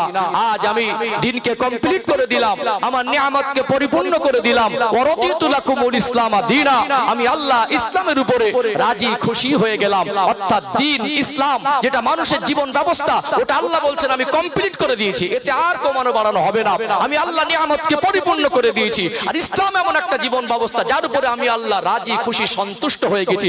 সন্তুষ্ট হয়ে যাওয়া মানে নতুন করে আল্লাহর কিছু দিতে চান নাই। কোরআনুল কারীম 6 নম্বর পারা, সূরার নাম সূরাতুল মায়েদা, 3 নম্বর আয়াত। এটা কোরআন শরীফের সর্বশেষ আয়াত হিসেবে আল্লাহ নাজিল করেছিলেন আরাফা ময়দানে জবল রহমত পাহাড়ের পদদেশে নবী যখন বিদায় হজের ভাষণ দিচ্ছিলেন। অর্থাৎ দ্বীন কমপ্লিট, ইসলাম পরিপূর্ণ, আল্লাহ রাজি খুশি। এইজন্য কোরআন শরীফ আল্লাহ পাক অপর আয়াতে বলছেন ইন্নাদ দীনা ইনদাল্লাহিল ইসলাম, একমাত্র আমি আল্লাহর মনোনীত ধর্ম ইসলাম। অনেকে ভুল ব্যাখ্যা করে বলেন ইসলাম পৃথিবীর শ্রেষ্ঠ ধর্ম নয়, পাঁচটার মধ্যে একটা শ্রেষ্ঠ, এরকম ব্যাখ্যা নয়। একমাত্র আল্লাহর কাছে মনোনীত, একমাত্র আল্লাহর পক্ষ থেকে মনুষ্য জাতির জন্য যে জীবন ব্যবস্থা হিসেবে, জীবন বিধান হিসাবে, মনুষ্য জাতির জীবন যাপনের গাইডলাইন হিসাবে আল্লাহ যেটা দিয়েছেন ওটাই হলো ইসলাম। এছাড়া আর কোন আল্লাহর কাছে কোনো গ্যারান্টেড নেই, কোনো গ্রহণযোগ্যতা নেই যে প্রথমে 5টা ছেলের মধ্যে একটা শ্রেষ্ঠ, আর 4টেরও শ্রেষ্ঠত্ব আছে বা 4টের গ্রহণযোগ্যতা আছে, এমন নয়। ইসলাম একমাত্র আল্লাহর কাছে গ্রহণযোগ্য। বাকি এই পন্থা ছাড়া, এই রাস্তা ছাড়া, এই গাইডলাইন ছাড়া সৃষ্টিকর্তাকে পাওয়ার আর দ্বিতীয় কোনো অপশন নাই। যদি এটাকে শ্রেষ্ঠ বলা হয় তাহলে মানুষ মনে করবে অন্য কোনো পন্থা আছে। কথা কি ক্লিয়ার বুঝতে পারছেন? মাথা ঢুকছে তো নাকি? অসুবিধা হচ্ছে নাকি? যাই হোক, ভালো লাগছে আলহামদুলিল্লাহ। একটু এরকম মেজাজ হলে ভালো লাগে। আল্লাহ কবুল করেন, বলেন আল্লাহুম্মা আমিন। তাহলে আজকে দেখুন ইসলাম আমরা কমপ্লিট পেয়েছি না? আল্লাহর পক্ষ থেকে জীবন বিধান পেয়ে গেলাম। গোটা পৃথিবীতে আল্লাহ পাক শ্রেষ্ঠ কিতাব হিসাবে কোরআনুল কারীম নাজিল করলেন। কি নাজিল করলেন? কোরআনুল কারীম। কোরআনুল কারীম এমন একটি কিতাব, ইন্না নাহনু নাযালনা যিকরা ওয়া ইন্না লাহু লাহাফিজুন। আল্লাহ বলছেন আমি আল্লাহ নিজে নাজিল করেছি কোরআনুল কারীমকে, কোরআনুল কারীমকে, আর হেফাজত করার দায়িত্ব আমি আল্লাহ নিজে গ্রহণ করেছি। আজও পর্যন্ত দুনিয়ার কোন শক্তির ক্ষমতা হয়নি একটা সেন্টেন্স, একটা বাক্য, একটা শব্দ, একটা ওয়ার্ডকে পরিবর্তন করে দেবে। পারবে? কিয়ামত পর্যন্ত চেষ্টা করে দুনিয়ার মানুষ এই পৃথিবীর জমিন থেকে কোরআনুল কারীম মুছে দিতে পারবে না, মিটিয়ে দিতে পারবেও না। পৃথিবীতে কিতাব আকারে লিখিত যে কোরআনুল কারীমকে আমরা ব্যবহার করি, সবগুলো যদি মানুষ ক্ষমতার বলে পৃথিবী থেকে পুড়িয়ে দেয় বা আগুনে পুড়িয়ে দেয় বা নদীতে ডুবিয়ে দেয়, আল্লাহ পাক লক্ষ লক্ষ মানুষের অন্তরে কোরআনুল কারীমকে আয়াতকে গেঁথে দিয়ে আল্লাহ হাফেজে কোরআনের মাধ্যমে মানুষের অন্তরেও আমার আল্লাহ কোরআনুল কারীম সংরক্ষণ করেছেন। জোরে বলুন সুবহানাল্লাহ। সম্মানিত উপস্থিতি, যে আল্লাহ পাক কোরআনুল কারীমের সূরাতুল বাকারার একেবারে সূচনায় পূর্বে মুকাত্তাতের পরে 2 নম্বর আয়াতে আল্লাহ বলছেন যালিকাল কিতাবু লা রাইবা ফি। ভুল তো দূরের কথা, সন্দেহের অবকাশ পর্যন্ত নেই। অর্থাৎ এই কোরআনুল কারীমকে আল্লাহ পাক আমাদের জীবন বিধান হিসেবে দিলেন না? এখানে অনেক দৃষ্টান্ত আছে, এখানে অনেক মানুষের শিক্ষণীয় কিছু আল্লাহ উপদেশ করেছেন, কিছু আদেশ করেছেন, কিছু নিষেধ করেছেন। আল্লাহ পাক কোরআনুল কারীম দিয়ে আমার রসুলকে দিয়ে আল্লাহর কোরআনুল কারীম এবং আমাদের রসুলের কথাটা মানুষ্য জাতির জন্য আল্লাহ শরিয়াতের মধ্যে, গাইডলাইনের মধ্যে, জীবন ব্যবস্থার মধ্যে আল্লাহ কমপ্লিট করে দিয়েছেন। বলুন সুবহানাল্লাহ। এই জন্য দেখবেন আমরা যে জীবন ব্যবস্থা পেয়েছি, এখানে পৃথিবীর কোন স্কলার, কোন পণ্ডিত, কোন বিদ্বান আল্লাহর হুকুম, কোন হারামকে জোর করে হালাল করে দিতে পারবে না। বরং সে নিজে পণ্ডিত্য অর্জন করতে গিয়ে নিজে জ্ঞানী বলে সে যদি 5 ওয়াক্ত নামাজকে 6 ওয়াক্ত বলে প্রচার করতে চায়, ইসলাম মাননেওয়ালা তাকে ছুঁড়ে ফেলে দেয়, যেই হোক না কেন। কথা ঠিক না বেঠিক? 1 মাস আল্লাহ রোজা ফরজ করেছেন। পৃথিবীর কোন মানুষের ক্ষমতা আছে কমিয়ে 15 দিন করে দেবে? ক্ষমতা আছে? আল্লাহ পর্দা ফরজ করেছেন, পৃথিবীর কোন মানুষ বলে দিতে পারবে পর্দাটা লাগু করে দেবে, ফরজ হবে না? তাহলে ইসলামের জীবন ব্যবস্থার মধ্যে আল্লাহ যা দিয়েছেন এর পরিবর্তন আর পরিবর্তনের কোনো অপশন নেই। বরং আমরা হাদিস কোরআন মেনে চলি। মনে রাখতে হবে এই হাদিস কোরআন মেনে চলার ক্ষেত্রে এখানে কখনো আপনারা শুনে থাকবেন জয়ীফ হাদিস, জাল হাদিস, সহিহ হাদিস, এগুলো শুনে থাকেন না? অর্থাৎ হাদিসের বর্ণনাকারী যে আপনি কার থেকে শুনেছেন, একজন সাহাবী তিনি আরেকজনের থেকে শুনেছেন, রাসূলুল্লাহ পর্যন্ত যে সুস্পষ্ট একটা দলিল, এই দলিল সুবুত যদি সঠিক পাওয়া না যায়, মাজায় কোথাও ডিসকানেক্ট থাকে বা কোথাও এর দুর্বল দলিল পাওয়া যায়, সেখানে বলা হয় জয়ীফ অথবা দুর্বল হাদিস, বা যার কোনো ভিত্তি পাওয়া যায় না। এক সময় সময় গিয়ে রাসূলুল্লাহ পর্যন্ত কোনো সূত্র খুঁজে পাওয়া যায় না, সেখানে বলা হয় এটা জাল হাদিস। এই জন্য কোনো হারাম বিষয়ে বা কোনো জটিল বিষয়ে যখন ফতোয়া প্রদান করা হয়, সেখানে কোনো জয়ীফ বা জাল হাদিসের ব্যবহার হয় না। এই জন্য ইসলাম এমন একটা জীবন ব্যবস্থা, কমপ্লিট দিনের মধ্যে আমাদের ব্যক্তিগত মত আর চলবে না। আল্লাহ রসুলকে দিয়ে আল্লাহ নবুয়াতের দরজা শেষ করলেন, কিয়ামত পর্যন্ত নবী আসবে না, কিয়ামত পর্যন্ত শরিয়াত আসবে না, কিয়ামত পর্যন্ত মানুষ জাতির জন্য আর কোনো জীবন ব্যবস্থা আল্লাহ নতুন করে দেবেন না। যতদিন আল্লাহ কিয়ামত না দিচ্ছেন, এই আমার রসুলের উপরে যে শরিয়াত আল্লাহ নাজিল করেছেন, এটা মানুষ জাতির জন্য শিরোধার্য। এর ভিতরে পরিবর্তনের অপশনও নেই, আর মানুষ চেষ্টা করে পারবেও না। এটা আমাদের আল্লাহর পক্ষ থেকে জীবন ব্যবস্থা গাইডলাইন হিসেবে দিয়েছেন। এবারে সেই কথায় ফিরে আসি, ইসলাম হলো মানব জাতির জীবন বিধান। সেই কথার এতটা বুঝিয়ে বললাম, এই কথার মধ্যে একটু গভীরতা যাওয়া দরকার ছিল কি ছিল না? এতক্ষণ পরে এর আরো ব্যাখ্যা আছে, আমি সংক্ষিপ্ত আকারে খুব সাদামাটা ভাষায় ইসলামটা কি এটা বোঝাতে চেয়েছি। তাহলে আমাদের জন্য আল্লাহর পক্ষ থেকে যে বিধান দিয়েছে, এর ব্যতিক্রম চলা আমাদের জন্য কোনোদিন কল্যাণকর হতে পারে না। মানুষ যদি আল্লাহ থেকে বেশি বুঝতে চায়, আল্লাহর হুকুমের সীমা লঙ্ঘন করে, তার কোনোদিন লাভ হতে পারে না। পৃথিবীতে আপনার মানুষ দেখবেন অনেক সময় বন্ধু বান্ধবের কাছে মনের কষ্ট বলি, ভাই পারিবারিক ভাবে একটু অসুবিধে আছে, কেউ বলে অর্থনৈতিক দিক থেকে অসুবিধা আছে, কেউ বলে একটু আত্মীয়তার মধ্যে অনেক টাকা অশান্তির মধ্যে চলছি। যত রকম মানুষের জীবনের অসুবিধা, প্রবলেম, যেগুলো আমরা মুসিবত বিপদের মধ্যে আছি, ম্যাক্সিমাম আমাদের জীবনে যত সমস্যার মধ্যে আমরা ডুবে আছি, সব সমস্যার উৎপত্তির স্থল যদি খুঁজতে যাই, ইসলামের হুকুম সীমা লঙ্ঘনের ফল। কথা ঠিক বলছি না ভুল বলছি? আমি যদি আমার জীবন ইসলাম কায়েম করি, আমার জীবনে শান্তি ফিরে আসবে। আমি পরিবারের গার্জিয়ান হিসাবে আমার পরিবারের মধ্যে যদি ইসলাম কায়েম করতে পারি, আমার পরিবারের শান্তি কায়েম হবে। এই এলাকায় যদি ইসলাম কায়েম হয়, এলাকায় শান্তি ফিরে আসবে। দেশে যদি ইসলাম কায়েম হয়, দেশে শান্তি ফিরে আসবে। গোটা বিশ্বে যদি ইসলাম প্রতিষ্ঠিত হয়, গোটা বিশ্বের মধ্যে শান্তি প্রতিষ্ঠিত হয়ে যাবে। জোরে বলুন সুবহানাল্লাহ। আর পৃথিবীতে আল্লাহ দেওয়া নিয়ম পদ্ধতির বাইরে যদি মানুষ চলে, তার জীবনে প্রকৃত শান্তি সম্ভব নয়। এই জন্য ইসলামের মধ্যে থাকার ভিতরে শান্তি আছে, সম্মান আছে, ইজ্জত আছে, ঐতিহ্য আছে। আল্লাহ মানুষকে সম্মানের জীবন দেয়, ঐতিহ্যের জীবন দেয়। ইসলামিক জীবন ব্যবস্থা মানুষকে জিরো থেকে হিরো বানিয়ে দেয়। জোরে বলুন সুবহানাল্লাহ। এই জন্য আল্লাহ বলছেন, ইন্নাদ দীনা ইনদাল্লাহিল ইসলাম, একমাত্র আমি আল্লাহর মনোনীত ধর্ম হলো ইসলাম। অর্থাৎ মনে রাখতে হবে, আমি যে আয়াত পড়েছিলাম সূরাতুল বাকারার 208 নম্বর আয়াত, আমার আল্লাহ বলছেন, ইয়া আইয়ুহাল্লাযীনা আমানু উদখুলু ফিস সিলমি কাফা, তোমরা হে বিশ্বাসী বান্দা বান্দিরা পরিপূর্ণ রূপ ইসলামের মধ্যে প্রবেশ করো। ইসলামটা কি মোটামুটি বুঝলাম, কিন্তু পরিপূর্ণ ইসলামের মধ্যে প্রবেশ করার অর্থ হলো আল্লাহর আদেশ নিষেধগুলোকে আমলে জিন্দেগিতে বাস্তবায়ন করা। আল্লাহ যে নিয়ম পদ্ধতি দিয়েছে, নিয়ম পদ্ধতির মধ্য থেকে জীবন যাপন করা, তার ব্যতিক্রম না চলা, তার বাইরে না যাওয়া। কথা ঠিক না বেঠিক? পরিপূর্ণ ইসলামের মধ্যে আমাদের আসতে হবে। কি হবে? আল্লাহ বলছেন আসতে হবে। আল্লাহ আমাদের পরিপূর্ণ ইসলামের মধ্যে আসার তৌফিক দান করেন। বলেন আল্লাহুম্মা আমিন। একটু তাকবীর দেন, নারে তাকবীর। নারায়ে তাকবীর। আলোচনা বুঝতে পারছেন তো নাকি? একটু রেসপন্স দেন, বুঝতে পারছেন তো? ওদের কোয়ালিটিটা একটু আলাদা। এই অস্টা বাংলার পরিবেশ সাধারণ একটু দু চারটে কথা বলে, একটু বিভিন্ন দোষ ত্রুটি তুলে ধরে, একটু ঘটনা বলে, একটু হেসে খালি ছেড়ে দেওয়া হয়। আসলে সব যখন মানুষ আমাদের চক্রান্ত করছে, পৃথিবীর মানুষ ইসলামকে নিয়ে মানুষ পৃথিবীর মানুষের কাছে ভুল বোঝানোর চেষ্টা করছে। পৃথিবীতে আপনি যদি অবাক হয়ে যাবেন, এই তথ্য বলে আপনার শিক্ষিত মানুষ এখন টেকনোলজি ব্যবহার করে, প্রায় মানুষের হাতে মোবাইল। আপনি গুগলে গিয়ে সার্চ করবেন পৃথিবীতে টোটাল ধর্ম কতটা, সেখানে গুগল আপনাকে সাজেস্ট করবে 3.5 থেকে কম বেশি 4,000-এর মতো ধর্ম আছে। আপনারা আমরা গ্রাম বাংলার মানুষ মনে করি 5-7টা ধর্ম, কিন্তু গুগলের তথ্য বলছে পৃথিবীতে 3.5 থেকে 4,000 ধর্মের অস্তিত্ব। কথা বলতে পেরেছেন? তাহলে পৃথিবীতে এইটুকু আমি গর্ব করে বলতে পারি, একমাত্র ইসলাম ব্যতীত যত ধর্ম পৃথিবীতে আছে, তারা গর্ব করে বলতে পারবে না এটা সৃষ্টিকর্তার পক্ষ থেকে পেয়েছি। বরং কোন ধর্মের নীতি আদর্শ সেগুলো মানুষ তৈরি করেছে। কি তৈরি করেছে? কোন ধর্মকে ছোট করা, আঘাত করা, তাদের ধর্মকে নিয়ে মানুষের কাছে অপমান করার জন্য কোনো কথা উল্লেখ করা, এটা আমার ধর্ম শিক্ষা দেয়নি। অবশ্যই আপনারটা আপনার কাছে ভালো, আপনার মন চায় ওটা আপনি মানুন। ধর্ম একান্ত তার ব্যক্তি স্বাধীনতা, আমার যেটা মন চায় আমি মানবো। বরং আমি গর্ব করে বলতে পারি, এমন এক ধর্মাবলম্বী হয়েছি। আল্লাহ আমাদের প্রতি এত অফুরন্ত দয়া করেছেন, আল্লাহ ইহুদি খ্রিস্টানের ঘরে না পাঠিয়ে, অন্য কোনো ধর্মাবলম্বীর ঘরে না পাঠিয়ে আমাকে আপনাকে ইসলাম ওয়ালার ঘরে পাঠিয়েছে। ঈমান নামক সম্পদ দিয়েছে, অন্য কোন নবীর উম্মত করে দিতে পারতেন, কিন্তু আল্লাহর অফুরন্ত দয়া আমাকে আপনাকে শ্রেষ্ঠ নবীর উম্মত করেছেন, শ্রেষ্ঠ কিতাবের অনুসারী করেছেন, শ্রেষ্ঠ ধর্মাবলম্বী করেছেন। এই শুকরিয়া আমরা সেজদায় পড়ে মরণ আগ পর্যন্ত সেজদায় পড়ে থাকলে শুকরিয়া আদায় করে শেষ করতে পারবো না। এইটুকু আমরা বুঝতে চাই না, এইটুকু আমরা বুঝতে চাই না। পৃথিবীতে যত ধর্ম আছে তাদের ধর্ম বলতে কি? একটা নিয়ম পদ্ধতির মধ্য থেকে চলা, কথা ঠিক না বেঠিক? ধর্ম বলতে ধর্মীয় নিয়ম আদর্শ, এটাই তো। যে ধর্ম বলতে একটা ধর্মের ভিতর থেকে তার ভিতরে কি আছে? মানুষকে সুপথের একটা ব্যবস্থা, মানুষকে আদেশ নিষেধ করা হয়, গাইড দেওয়া হয়।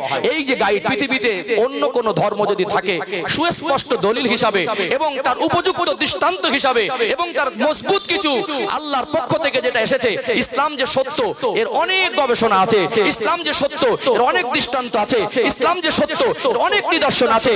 যুগ যুগ ধরে মানুষ যত ইসলামকে নিয়ে গবেষণা করবে, ইসলামকে নিয়ে যত জানার চেষ্টা করবে, মানুষ যত নতুন কিছু আবিষ্কার করবে, তাদের জন্য ইসলামটা বোঝা সহজ হয়ে যাবে। বলুন সুবহানাল্লাহ। এই জন্য পশ্চিমা দেশগুলোতে যারা হাই এডুকেটেড পারসন, যারা গবেষক, যারা দার্শনিক, যারা বৈজ্ঞানিক, যারা লেকচারার, এই ক্যাটাগরির মানুষ, তাদেরকে দুনিয়ার কোন শক্তি আটকে রাখতে পারছে না। তারা নিজের স্বইচ্ছায় ইসলামের সত্যতা বুঝে, প্রকৃত সত্য একটা জীবন ব্যবস্থা আছে মানব জাতির জন্য সৃষ্টিকর্তার পক্ষ থেকে, এটা যার কাছে সহজে পৌঁছে যাচ্ছে, সেই জন্য তাদের পৃথিবীর শক্তি তারা আটকে রাখতে পারছে না। তারা নিজের ইচ্ছায় স্বইচ্ছায় দলে দলে ইসলামের মধ্যে আসছে না, আসে না। এই জন্য দেখবেন যেখানে আলো এসে যায়, যত গভীর অন্ধকার থাক, আলো আর অন্ধকার এক জায়গায় করা যায় না। অর্থাৎ সত্য এসে গেলে মিথ্যা বিলুপ্ত হয়। কুল জা আল হাক্কু ওয়া যাহাকাল বাতিল। সত্য যখন আসবে তখন মিথ্যা বিলুপ্ত হবে। সত্য এসেছে, মিথ্যা বিলুপ্ত হয়েছে আর হবে। এই জন্য পৃথিবীতে 3.5 থেকে 4 হাজারের মতো ধর্ম যদি থাকে, দেখেছেন অন্য কোন ধর্ম অবলম্বীকে নিয়ে এত চর্চা আসে না। ঘুরে ফিরে সেই মুসলমান। কথা বুঝতে পারেননি?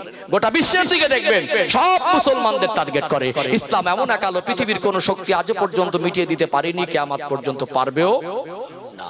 আমরা সৌভাগ্যবান, আল্লাহ আমাদের ইসলাম ধর্মাবলম্বী করেছেন। আল্লাহ কোরআন শরীফে বলছেন, ইয়া আইয়ুহাল্লাযীনা আমানু উদখুলু ফিস-সিলমি কাফা, তোমরা পরিপূর্ণ ইসলামের মধ্যে প্রবেশ করো। এখানে আমি একটু পর্যালোচনা করব, ইসলামের মধ্যে প্রবেশ করব কিভাবে। দ্বিতীয়ত, আমরা বর্তমান সময়ে কি রকম পর্যায়ের ইসলাম মাননেওয়ালা, এটা আমাদের স্পষ্ট করতে হবে। তাহলে আমাদের কমিটা যদি বুঝতে পারি, পরিবর্তনটা সহজ হবে। তৃতীয়ত, আমরা পরিবর্তন হব কিভাবে, কোন পন্থায়, কোন পদ্ধতিতে, তার পর্যালোচনা করব ইনশাআল্লাহ। সহজ পদ্ধতি মানুষকে দিনের দিকে আকৃষ্ট করা, সহজ পদ্ধতি। বাকি কাউকে ক্রিটিসাইজ করে, আক্রমণ করে, ছোট বড় বলে তাকে সহজে দিনের মধ্যে আনা যাবে না। দায়িত্ব তাকে বুকে টানা, দায়িত্ব তার কাছে দিন পৌঁছে দেওয়া। আল্লাহ নবী সাল্লাল্লাহু আলাইহি সাল্লাম, তিনি সৃষ্টি জগতের মধ্যে শ্রেষ্ঠ হয়ে আল্লাহ তানাকেই বললেন, আপনি যান নিকৃষ্ট মানুষদের কাছে দিনের দাওয়াত দেন। কথা ঠিক না বেঠিক? সবথেকে নিকৃষ্ট কাফের যে খোদা বলে দাবি করলো, আনা রাব্বুকুমুল আলা ফিরাউন, আল্লাহ মুসা আলাইহিস সালামকে বলছেন, আপনি তার কাছে যান দিনের দাওয়াত নিয়ে। তাহলে আল্লাহর কত অপরন্ত দয়া। এই জন্য আমরা খারাপ মানুষ বলে তাকে দূরে না সরিয়ে দিয়ে তার কাছে যাই, তাকে হাত ধরে টানি, তার বুকে বুকে মিলি, তার কাছে ইসলামের আলো পৌঁছে দেই। দেখবেন ইনশাআল্লাহ তার অন্ধকার, জীবনের অন্ধকারটা, তার জীবনের গভীর অন্ধকার যে এটা এসেছে, ওই অন্ধকারটা সরে গিয়ে ইসলামের আলো তার জীবনে এসে যাবে ইনশাআল্লাহ। ও ভাইজানেরা, সোনার মানিক যুবকেরা, আব্বারা মায়েরা, আল্লাহ পাক সূরাতুল বাকারার 208 নম্বর আয়াতে স্পষ্ট করে জানিয়ে দিলেন, ইয়া আইয়ুহাল্লাযীনা আমানু, হে বিশ্বাসী বান্দা বান্দীরা, উদখুলু ফিস-সিলমি কাফা, পরিপূর্ণ রূপে ইসলামের মধ্যে প্রবেশ করো। এখনই ব্যাখ্যা দিয়েছি, ইসলাম হলো মনুষ্য জাতির জীবন ব্যবস্থার নাম, ইসলাম হলো মানব জাতির জীবন যাপনের গাইডলাইন, ইসলাম হলো আল্লাহর পক্ষ থেকে মনুষ্য জাতিকে যেমন শ্রেষ্ঠ করেছেন, তাদের জীবনের শ্রেষ্ঠত্ব যাতে বজায় থাকে, শান্তি জীবন যাতে অতিবাহিত করতে পারে, দুনিয়ায় যাতে শান্তিতে থাকতে পারে, কবরে যাতে শান্তিতে থাকতে পারে, আখিরাতে জীবন এটা আসল জীবন, যে জীবনের কোনো শেষ নাই, ওই জীবনে যাতে চির শান্তির জায়গা, আল্লাহর জান্নাতের হকদার হতে পারে। এই জন্য আমার আল্লাহ ইসলামের মধ্যে প্রবেশ করতে বলেছেন। কোনটা হারাম, কোনটা হালাল, কোনটা নেকি, কোনটা গুনাহ, কোনটা করণীয়, কোনটা বর্জনীয়, কোন কাজ করলে আল্লাহ সন্তুষ্ট হবে, কোন কাজ করলে আল্লাহ নাখোশ হবে, কোন কাজ করলে জান্নাতে যাওয়া যাবে, কোন কাজ করলে জাহান্নামায় যাওয়া যেতে হবে, এগুলো আমরা সবাই জানি কি জানি না? সবাই বলেন সবাই তো জানি। পর্দা ফরজ সবাই জানে, নামাজ ফরজ সবাই জানে, সুদ ঘুষ গোনা জেনা ব্যভিচার গোনা সবাই জানে, জুলুম অত্যাচার গোনা সবাই জানে, কিন্তু আমরা কেন মানতে পারছি না? আল্লাহ বলছেন তোমাদের জীবনটা অশান্ত হয়ে গেছে, তোমরা ফিরে এসো, ইসলামের মধ্যে প্রবেশ করো।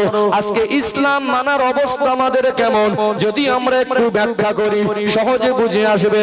খুব সহজ একটা উদাহরণ দেই, দেখতে পাবেন মাঝে মাঝে ওয়েদারে নিম্নচাপ হয়, কয়েকদিন ধরে টানা ঘিসঘিসে বৃষ্টি লেগে থাকে, এমন পরিস্থিতি মাঝে মাঝে হয় কি হয় না? হয় না? ছেলে যখন বড় হয় বাবা মার একটু সুবিধা হয়। ব্যবসায়ী মানুষ, বাবা চলে গেছে 1 মাসের জন্য ঘরের থেকে বাইরে, ঘিজঘিজে বৃষ্টি 1 সপ্তাহ, বাড়িতে সবজি বাজার যা ছিল সব শেষ। মা বড় ছেলেটাকে ডেকে বলছে বাবু একটু বাজার করতে হবে। ছেলেটার বয়স কত বছর? 20 বছর। ভালো করে বুঝবেন, ছেলেটার বয়স 20 বছর। ছেলেটা মাকে বলছে মা বৃষ্টি হচ্ছে, নতুন ছাতা ছিল বার করে দিল, খুব জোরেও না আর খুব আস্তেও। ছাতা ছাড়া ভিজে যাবে, ছাতা না হলেও চলবে না, মানে এমন একটা বৃষ্টির মাত্রা, জোরেও খুব মারাত্মক জোরেও না আর খুব আস্তেও না, ছাতা না হলে ভিজে যাবে। তাহলে ভেজার থেকে বাঁচতে গেলে ছাতা ব্যবহার করা দরকার। মা ছাতা দিল, টাকা দিল, একটা থলে বা প্যাকেট দিল। 20 বছরের চালাক চতুর ছেলে ঘর থেকে বেরিয়ে ছাতা খাটিয়ে মাথায় ধরে কিছুটা দূর গেল, যাওয়ার পরে খুব চেঁচিয়ে চেঁচিয়ে মাকে ডাকছে, মা আমি ভিজে যাচ্ছি। বাচ্চার কথাটা, আওয়াজটা মার কলিজায় লাগে কি লাগে না? মা ভাবলো এই তো বেরিয়ে গেল, দেখলাম ছেলেটা আবার আমাকে চেঁচিয়ে ডাকছে, ভিজে যাচ্ছি মানে। মা দরজাটা খুললেন, খুলে দেখলেন ছেলেটা দেখা যাচ্ছে আর তার আওয়াজটাও শোনা যাচ্ছে। ছাতাটা খাটিয়ে মাথার উপরে না ধরে কাত করে ধরে রেখেছে। কোথায়? মাথার উপরে না ধরে, ছাতা খাটানো আছে, ভালো ছাতা, কাত করে একদিকে ধরে আর মাকে চেঁচিয়ে চেঁচিয়ে ডাকছে, মা আমি ভিজে যাচ্ছি, মা আমি ভিজে যাচ্ছি। ভিজে যাচ্ছে, দোষটা কার? ছাতার না বৃষ্টির? কার দোষ? ছাতা ধরা দোষ। আজকে ঠিক আমাদের ইসলাম মানার অবস্থা সেম একই রকম, ছাতা ধরার মতো। লটারি হারাম জানি, ওই হালাল টাকা নিয়ে সন্ধ্যাবেলা লটারির দোকানে। সুদ হারাম জানি, ওর মধ্যে ডুবে গেছি।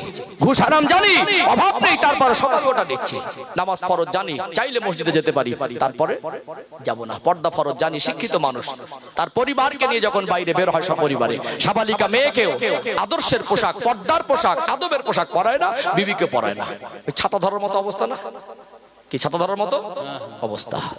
ও ভাইজানেরা, সোনার মানিক যুবকেরা, আব্বারা মায়েরা, আল্লাহ পাক কোরআনুল কারীমে অপরাতে বলছেন ওয়ালা তাহিনু ওয়ালা তাহজানু ওয়া আনতুমুল আলাউনা ইন কুনতুম মুমিনিন। ওরে আমার বান্দা বান্দি, তোমরা যদি মুমিন হয়ে যেতে পারো, পরিপূর্ণ মুমিন হয়ে যাও, পরিপূর্ণ মুমিন হয়ে গেলে দুনিয়ার কোন শক্তি আর দুনিয়ার কোন ব্যক্তি তোমাদের ক্ষতি ও ক্ষতি অপমান আর লাঞ্ছিত করতে পারবে না। মুমিন হতে গেলে আল্লাহর আদেশ নিষেধ গুলো ইসলাম নামক জীবন ব্যবস্থার মধ্যে আবদ্ধ হতে হবে কি হবে না? আমরা যদি প্রকৃত ইসলামের ছায়াতলে আসতে পারি, আমরা যদি প্রকৃত ইসলামের মধ্যে আসতে পারি, ছাতা দিয়ে যেমন পানি থেকে হেফাজত থাকা যায়, দুনিয়ার অপশক্তি থেকে, দুনিয়ার বিপদ থেকে, দুনিয়ার খারাপি থেকে, দুনিয়ার চক্রান্ত থেকে আমার আল্লাহ মুমিনকে হেফাজত করে নেয়। সুবহানাল্লাহ, নারায়ে তাকবীর। তাহলে ইসলাম নামক ছাতার তলে আমাদের আসতে হবে কি হবে না? আসতে হবে। চলুন আরেকটা উদাহরণ দেই, আরেকটু সহজ হবে। প্রচন্ড যখন মশার উৎপাত হয়, এখন তো বাড়ি বাড়ি কারেন্ট, গুড নাইট ব্যবহার করি, মোটিন ব্যবহার করি। আগে কি সব ছিল? তাহলে মশার কামড় থেকে বাঁচার জন্য কি টাঙানো হয়? মশারি। মশারি টাঙালাম মশার কামড় থেকে বাঁচবো বলে, নতুন মশারি ভালো করে সব দিকে সাইড গুলো মানে তলায় ভালো করে ঢুকিয়ে দিলাম। এইবারে হাত আর পা বাইরে ইচ্ছা করে ঠেলে বার করে দিলাম, কামড়াবে না, ছেড়ে দেবে। মশা মনে বন্ধু হয় নাকি? বরং বলবে সুযোগ আমার হয়েছে। এইবারে কান্নাকাটি করবো, মশা কামড়াচ্ছে, মশা কামড়াচ্ছে, মশা কামড়াচ্ছে। আজ মুসলমানের অবস্থা ঠিক এইরকম। পরিপূর্ণ না এসে বিপদে পড়লে আল্লাহ বাঁচাও, আল্লাহ বাঁচাও, আল্লাহ বাঁচাও। কিছু বিপদ আমাদের কর্মের ফল। কথা কি বুঝতে পারছেন? কিছু বিপদ আমাদের কর্মের ফল।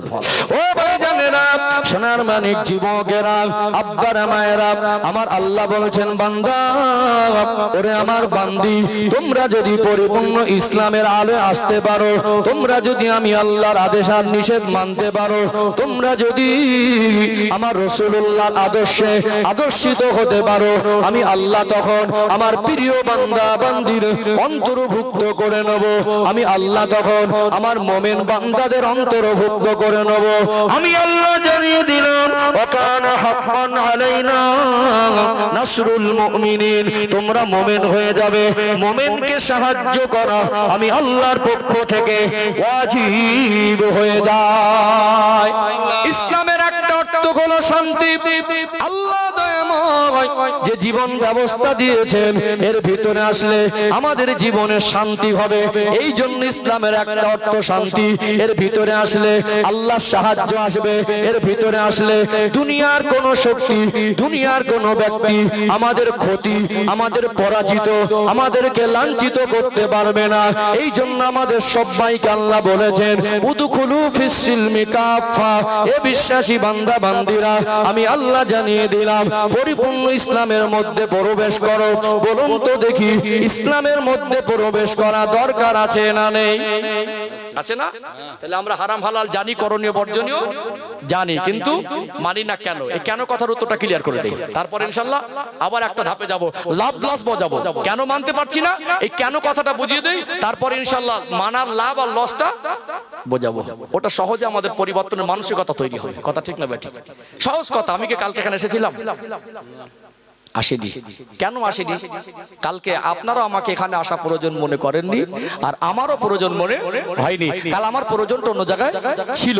আগামী কালকে এখানে আমি আসবো। কেন আসবো না? হিসাব বলছে আমারও প্রয়োজন নেই, আর আপনাদেরও আজকের মতো প্রয়োজন নেই। সেই রকম প্রয়োজন মনে করলে আবার কালকে আমাকে আসতে হতো। তাহলে আজকে প্রয়োজন মনে করেছি, তাই আমি এসেছি। যখন আমার ভিতরে প্রয়োজন জিনিসটা মনে হবে, ইসলাম মানবো, আমার জন্য পরিবর্তন সহজ হবে। আমি যদি প্রয়োজন মনে করতে না পারি, আমাকে জোর করে কেউ ভালো করে দিতে পারবে না। কথা হুজুরগুলো বলবে, কানের ভিতরে না গিয়ে মাথার উপর থেকে যাবে। কত বলবি বল, মদ খাচ্ছি বেশি করে খাবো, কে কত বলবে? হুজুর বলছে তো আমার বাপের কি, বক্তা বলে তো আমার বাপের কি, ইমাম বলে তো আমার বাপের কি, সব কানের ভিতরে আর মনের ভিতরে যায় না, সব মাথার উপর থেকে যায়। ঠিক বলছি না ভুল বলছি? এই জন্য প্রয়োজন মনে করতে হবে। ও ভাইজানেরা, সোনার মানিক যুবকেরা, আব্বারা মায়েরা, পৃথিবীতে আমার আল্লাহর দয়া, আমার আল্লাহর করুণা আমাদের উপরে, আমার আল্লাহ ইসলাম নামক জীবন ব্যবস্থার মধ্যে যে আদেশ আর নিষেধ করেছেন, বলুন তো দেখি, আল্লাহ দয়াময় তিনি যদি সৃষ্টিকর্তা হন, আল্লাহ যদি আমাদেরকে সৃষ্টি করেন, আমরা কোনটা পারবো আর কোনটা পারবো না আল্লাহর থেকে ভালো আর কেউ জানবে না। কোনটা আমাদের দ্বারা হবে আর কোনটা হবে না আল্লাহর থেকে ভালো আর কি কেউ জানতে পারে? কোরআনুল কারীম থেকে দলিল পেশ করছি। আপনারা জ্ঞানী শিক্ষিত মানুষ, আবারও বলছি, ওয়াজ বুঝে নেওয়া জিনিস, ওয়াজ বোঝানো জিনিস, একটু মগজে ঢোকানোর চেষ্টা করুন। ইসলামের আলো যদি জীবনে এসে যায়, জীবনটা পরিবর্তন তখন সহজ হয়ে যাবে। ও ভাইয়েরা, বাবাজিরা, কোরআনুল কারীমে 114টি সূরার মধ্যে দ্বিতীয় নম্বর সূরা যে সূরাতুল বাকারা, এটা কোরআন শরীফের সবথেকে বড় সূরা। এই সূরাতুল বাকারায় 286টি আয়াত আছে।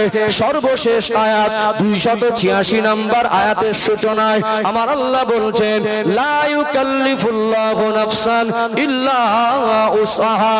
আমি আল্লাহ বান্দা বান্দিকে যা কিছু আদেশ করেছি, নিষেধ করেছি, বান্দার সাধ্যের বাইরে আমি আল্লাহ একটাও চাপিয়ে দেই না। আল্লাহর আদেশ দুনিয়ার কোন বান্দা বান্দির জন্য আমার আল্লাহ বোঝা হিসাবে চাপিয়ে দেইনি। আমরা যেটা পারবো না এরকম হুকুম আল্লাহ একটাও দেয়নি। আমাদের দ্বারা যেটা হবে না এরকম হুকুম আমার আল্লাহ একটাও দেয় নাই। যেটা আমরা পারবো ওটাই আমার আল্লাহ আমাকে আপনাকে দিয়েছে। আল্লাহর কথায় কি সন্দেহ করলে ঈমান থাকবে? থাকবে কি? আমরা নামাজ ফরজ জানি, কিন্তু আমরা পড়ি না, পারবো না বলে না করি না। এটাই আমাদের দ্বারা হবে, আমরা পারবো, সেটা আমরা করি না। কথা কি বুঝতে পেরেছেন? সোজা হিসাব। আজকে যারা আমার ভাইরা একদম ইয়াংদের মধ্যে গাঁজার মধ্যে আসক্ত হয়েছে না হয়নি? হয়েছে না? একটা অভ্যস্ত হয়ে গেছে, একটা অসৎ সঙ্গ দোষে পড়ে ওর জীবনে একটা নেশা জড়িয়ে গেছে। ওটা আমাদেরই ভাই, আমাদেরই সন্তান। এখন ওই ছেলেটাকে যদি বলা হয় ভাই গাঁজা বা মদ ছেড়ে দাও, ও বলে ছাড়তে পারছি না।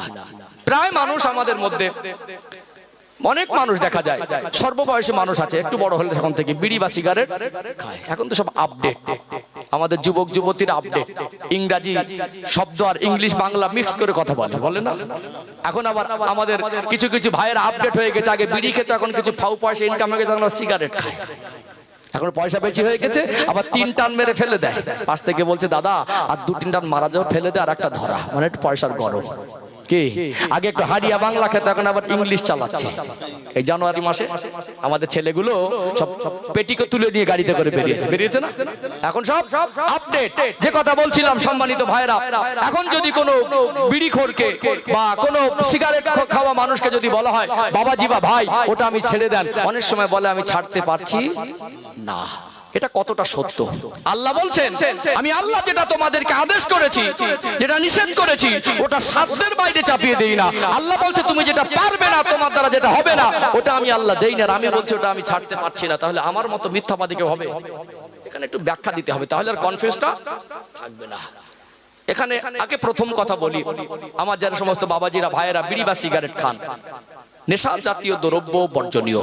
আমরা হানাফি মাযহাবের মানুষ, আমাদের ইমামের মাসালা হলো বিড়ি বা সিগারেট খাওয়া মাকরুহ তাহরিমি, তার মানে জায়েজ নয়, এটা নিষিদ্ধ, বর্জনীয়, এটা হারামের কাছাকাছি। কথা কি বুঝতে পেরেছেন? বর্জনীয়। এখন আপনি বিড়ি বা সিগারেট খাচ্ছেন, আপনি বলছেন ছাড়তে পারছি না, এই কথার অর্থ কোথায় গেছে আপনি ভেবেছেন? যারা বিড়ি বা সিগারেট খান, এখন যদি আপনি খাওয়ার পরে আমরা উজু করি, এর ভিতরে উজুর বিধানের মধ্যে কুল্লি করতে হয় না? কুল্লি না করলে উজু শুদ্ধ হবে না। আমরা গোসল করি, গোসলের ফরজের মধ্যে একটা ফরজ হলো যদি আপনি রোজায় না থাকেন গড়গড়া সহ কুল্লি করতে হবে, তা না হলে আপনার শরীর পবিত্র হবে না। তাহলে গোসলের একটা ফরজ হলো কুল্লি করা। ওযুতে কুল্লি করতে হয়, গোসলেও কুল্লি করতে হয়। বিড়ি বা সিগারেট খেয়ে যতই ভালো করে কুল্লি করেন, জীবিত মানুষ যত ভালো করে দাঁত মেজে নেন, সঙ্গে সঙ্গে ওই দুর্গন্ধ নিষ্পত্তি হবে বলে মনে হয়? মনে হবে না। আপনি ছাড়তে পারছেন, এই কথার অর্থ মানে আপনি বলতে চাইছেন মরে যাবো তো ছাড়বো না। কিন্তু এই মানুষটা মারা যাওয়ার পরে মাইয়িতকে গোসল দেওয়া হয়। পৃথিবীতে যে মাইয়িতকে গোসল দেওয়া হয়, ভালো করে বেরাস করানো সম্ভব হয়? বেরাস করানোর বিধানও আছে বলে মনে হয় না। আদবে সম্মানে তাকে একটু গোসল দেওয়া হয়। ওই গোসলে বিড়ি খাওয়া অবস্থায়, সিগারেট খাওয়া অবস্থায় মারা গেলে তার মুখে দুর্গন্ধকে নিষ্পত্তি করা সম্ভব নয়। পায়খানা যদি করে ফেলে, সেই পায়খানা ধুয়ে সাফ করে দেওয়া যাবে। বিড়ি আর সিগারেট যদি খেয়ে মরে, ও দুর্গন্ধটা ওখান থেকে মুছে দেওয়া সম্ভব নয়। কথা ঠিক বললাম না ভুল বললাম? তাহলে শ্রেষ্ঠ জাতি হয়ে, শ্রেষ্ঠ ধর্মাবলম্বী হয়ে, শ্রেষ্ঠ নবীর উম্মত হয়ে, শ্রেষ্ঠ কিতাবের অনুসারী হয়ে, সৃষ্টি জগতের মধ্যে শ্রেষ্ঠ হয়ে এই দুর্গন্ধ যেটা আল্লাহর অপছন্দ, যেটা ফারিস্তারাও পছন্দ করে, যার কাছে আল্লাহর রহমতের ফারিস্তারাও আসে না, এমনকি শরীয়তের মাসালা হলো পাশেই মসজিদ, কাঁচা পেঁয়াজ খেয়ে মসজিদে যাওয়া নিষেধ আছে। কারণ ওই কাঁচা পেঁয়াজের মধ্যে দুর্গন্ধ, ওটা আল্লাহর ফারিস্তাদের সহ্য হয় না। তাহলে আপনার মউতের সময় আপনার কাছে রহমতের ফারিস্তারা আসবে কিভাবে? আপনি তো সেই পরিবেশ ব্যতিক্রম চলছেন। আপনি রহমতের আশা করবেন কিভাবে? একজন নোংরা দুর্গন্ধ জিনিসের উপরে আল্লাহ রহমত তো বর্ষণ হয় না। মরণের সময় আপনার প্রতি আল্লাহ দয়া হবে কি করে? আপনি সেই পরিবেশের মধ্যে থেকেই তো জীবন অতিবাহিত করছেন না। আল্লাহ না করুক তার মনে যে ছাড়তে পারছেন না, মনে বলতে চাইছেন আমি ছাড়তে পারছি না, তার মনে বোঝাতে চাইছেন আমি মরে যাব তো ছাড়বো না। কথা ঠিক না বেটি? তাহলে দুর্গন্ধ নিয়ে যাওয়াটা কি শ্রেষ্ঠ জাতির পরিচয়, শ্রেষ্ঠ ধর্মাবলম্বীর পরিচয়, সৃষ্টির শ্রেষ্ঠ হওয়ার পরিচয়, শ্রেষ্ঠ নবীর উম্মতের পরিচয়? এটাই কি আমাদের পরিচয়? এই জন্য আমাদের শেষ জীবনে পবিত্রতা অর্জন করা দরকার আছে না? নেই? প্রসেস আছে। এক সপ্তাহে 1 বান্ডিল লাগে, 1 বান্ডিলকে 2 সপ্তাহ করেন, পরের বান্ডিলে 3 সপ্তাহ করেন, তারপরের বান্ডিলে 4 সপ্তাহ করেন। আস্তে আস্তে কমাতে কমাতে চেষ্টা করলে সম্ভব না অসম্ভব। আমার যে সমস্ত ভাইরা গাঁজা বা মদ খায়, এর লাভ লস বোঝাবো, আমি হুকুম বোঝাচ্ছি। যে আল্লাহ চাপিয়ে দেয়নি, আল্লাহ আমাদের বোঝা হিসাবে দেয়নি, আল্লাহ যেটা পারবো না চাপিয়ে দিয়েছে, এরকম কোন বিধান আমাদের উপরে দেওয়া হয়নি। এটা আমি মগজে ঢোকাতে চাইছি। ইসলাম ঢোকালাম, তারপরে এটা সহজ কি কঠিন এটা আমি বোঝাতে চাইছি। কারণ অনেক মানুষ ভয় দেখিয়ে দেয় ইসলাম মানা যাতাই ব্যাপার, ইসলামের কিচ্ছু বোঝে না। বরং ইসলামকে মেনে চললে, ইসলামিক জীবন ব্যবস্থার মধ্যে চললে মানুষের জীবন সহজ আর সরল হয়ে যায়। এর বাইরে চললে তার জীবন জটিল হয়ে যায়। ইসলামের কি বোঝে? ইসলামকে যে ভয় দেখায়, বরং ইসলামের সীমা লঙ্ঘন করার কারণে ওর জীবন অশান্তি, ওর জীবনে দুর্ভোগ, ওর জীবনে বিপদ, ওর জীবনে মুসিবত, ওর জীবনটা যে পরিমাণে জটিলতা আছে, ইসলামের ফিরে আসলো জীবন আরো সহজ হয়ে যাবে না? ঠিক বলছি না ভুল বলছি? ভয় দেখে দিলাম ইসলাম মানা যাতাই ব্যাপার। ইসলাম হলো সহজ জিনিস, এর থেকে উত্তম পন্থা, এর থেকে উত্তম জীবন ব্যবস্থা আল্লাহ সৃষ্টি জগতের মধ্যে শ্রেষ্ঠ করে মানুষকে যা দিয়েছেন, এর ব্যতিক্রম পৃথিবীতে ছিল না, ভবিষ্যতে কখনো পসিবল, সম্ভব নয়। কথা ঠিক না বেঠিক? কথা কি বুঝতে পারছেন তো নাকি? যাক সম্মানিত ভাইরা, যে কথা বলছিলাম, যারা বিড়ি বা ওই যারা মদ বা গাঁজা খায়, আছে না? গাঁজা খায় তো, ওদেরকে যদি বলা হয় যে ভাই ছেড়ে দেন, আর কেন? বলে ছাড়তে পারছি না। দাহা মিথ্যাবাদী। ও যে মিথ্যাবাদী, এতে খুঁত নেই, নিখুঁত মিথ্যাবাদী। আল্লাহর কথা অনুযায়ী। কার কথা অনুযায়ী? আল্লাহর কথা অনুযায়ী। একটা ছেলে গাঁজা খায় বা বিড়ি খায় বা সিগারেট খায় বা মদ খায়, ওই ছেলেটা মিথ্যাবাদী কিনা আপনি প্রমাণ নিতে চান, ওই ছেলেটাকে বলবেন হঠাৎ দোকানে বসে যে ভাই 10 দিন আমার সঙ্গে তুই থাকবি, আমার সঙ্গে খাবি, আমার সঙ্গে ঘুমাবি, আর 10 দিন নেশার কোনো দ্রব্য তুই ব্যবহার করতে পারবি না, সে বিড়ি হোক, গাঁজা হোক, সিগারেট হোক আর মদ হোক। তোকে 10 দিন আমার সঙ্গে কিছু নেশার দ্রব্য না খেয়ে থাকলে 1 লাখ টাকা দেবো। তখন রাজি হবে বলে মনে হয়? হ্যাঁ দেন না, কথা বলেন ভালো লাগে। তখন রাজি হবে বলে মনে হয়? তখন বলবে 10 দিন না হয় 20 দিন হলে, 20 দিন না হয় 30 দিন হলে, প্রত্যেক একদিন বিড়ি না খেয়ে থাকলে 10,000 টাকা দিলে রাজি হবে না? রাজি হবে না? মদ না খেয়ে থাকতে পারবে না সেদিন, 1 সপ্তাহ দেবেন, ও বলবে 1 মাস দিলে 3 লাখ পাবো। 10,000 করে যদি পার ডে অফার করা হয়, তখন টাকার লোভ দেখানো হলে, টাকার লোভ দেখানো হলে মানুষ তখন না খেয়ে থাকতে পারবে। কিন্তু আল্লাহর জন্য আর জাহান্নাম থেকে বাঁচার জন্য, নিজের ভালোর জন্য, আল্লাহ সন্তুষ্টি অর্জনের জন্য যখন বলা হয়, তখন বলে ছাড়তে পারছি না। মানে ধোঁকাবাজি তো আল্লাহর সঙ্গে চরম একটা খারাপ পর্যায়ের জিনিস। এই জন্য নাফরমানির জীবনের সাজা হয় আল্লাহ। এই জন্য যারা আল্লাহর সঙ্গে নাফরমানি করে, যারা সৃষ্টিকর্তার সঙ্গে নাফরমানি করে, তাদের জন্য শাস্তির ব্যবস্থা। এই জন্য মানুষকে ধোঁকা দেওয়া একটা পর্যায়ে, আল্লাহর সঙ্গে ধোঁকাবাজি করা একটা চরম একটা লজ্জাকর ব্যাপার। কথা ঠিক না বেটি? কথা কি রাগ করছেন নাকি? বলুন। অনেক মানুষ আছে, আমি হুকুম বোঝাচ্ছি, আমি রোজার ফজিলত বলছি, রোজা এখন অনেক বাকি, অনেক আছে রোজা রাখে না, আছে না? সেরকম শরীর ভালো, রোজা আসলে বলে আমার শরীর খারাপ, গ্যাস, অম্বল, বিভিন্ন রকম কথাবার্তা বলে। কিন্তু আসলে কি, মানুষকে আল্লাহ এমন পরিকাঠামো সৃষ্টি করেছেন, আজকে বৈজ্ঞানিক ব্যাখ্যা হলো রোজা রাখার ভিতরে মানুষের শরীরের সুস্থতা বাড়ে। এই শরীরটা আল্লাহ যদি এই জীবনটাকে 60-70 বছর হায়াত দেন, আমরা 12 মাসে যে পরিমাণে খাদ্য খোরাক গ্রহণ করি, আমাদের শরীরে হজম শক্তিটা একটা পর্যায়ে তাদেরকে রেস্ট দেওয়া প্রয়োজন। আজকে চিকিৎসা বিজ্ঞান অবাক হয়ে যাচ্ছে যে রোজা 1 মাস যদি মানুষ করে, এর ভিতরে মানুষের শরীরের শক্তি বৃদ্ধি হয়, হজম শক্তি সঞ্চয় হয়, মানুষের জীবনটা লংডিভিটি 60-70 বছর বাঁচার জন্য তার জীবনে যে সুস্থতা দরকার, তার জন্য কখনো কখনো না খেয়ে উপোস করাটা দরকার। এটা চিকিৎসা বিজ্ঞান বলছে। আল্লাহ তো এই রোজাটা ফরজ করেছে। কথা ঠিক না বেটি? আল্লাহ এত নিষ্ঠুর নয় যে নিষ্পাপ ছোট বাচ্চার উপর রোজা ফরজ করেছে। আল্লাহ এত নিষ্ঠুর নয় যে মানুষটা অসুস্থ তার উপর রোজা ফরজ করেছে। অসুস্থ আর ছোট বাচ্চাদের জন্য রোজা ফরজ নয়, সুস্থ সবল মানুষের জন্য। এখন অনেক যুবক যুবতী, অনেক আধ বয়সী মানুষ রোজা রাখে না। ওই মানুষটাকে বলবেন 1 মাস যদি না খেয়ে থাকো পার ডে 10,000 করে, তারা তখন ওরা বলতো যে 1 মাস রোজা না হয় 2 মাস হলে ভালো হতো, বলতো না? আমরা টাকার জন্য যা করি, আল্লাহর জন্য যখন প্রসঙ্গ আসে তখন আমরা করতে চাই না। তার মানে আমরা পারি না, হয় না, না আমরা করি না। লা ইউকাল্লিফুল্লাহু নাফসান ইল্লা উসআহা। আল্লাহ বলছেন, বান্দা বান্দি সাধ্যতীত কিছু আমি আল্লাহ তোমাদের উপরে চাপিয়ে দেই না। মানুষ বড় নির্বোধ, আল্লাহর হুকুমটাকে মানুষ বোঝার চেষ্টা করে না, নিজের কল্যাণটা মানুষ চায় না। আর আল্লাহর অফুরন্ত দয়া, মানুষ যখন নাফরমানিতে লিপ্ত হয়, আল্লাহ তাদেরকে সুপথে আনার চেষ্টা করেন। বলুন সুবহানাল্লাহ। আল্লাহ আমাদের বোঝার তৌফিক দান করেন, বলেন আল্লাহুম্মা আমিন। মোটামুটি বুঝতে পারছেন? তাহলে যা কিছু আল্লাহ আমাদের আদেশ নিষেধ করেছেন, যেটা পারবো না ওটা আল্লাহ আমাদেরকে দেয় না।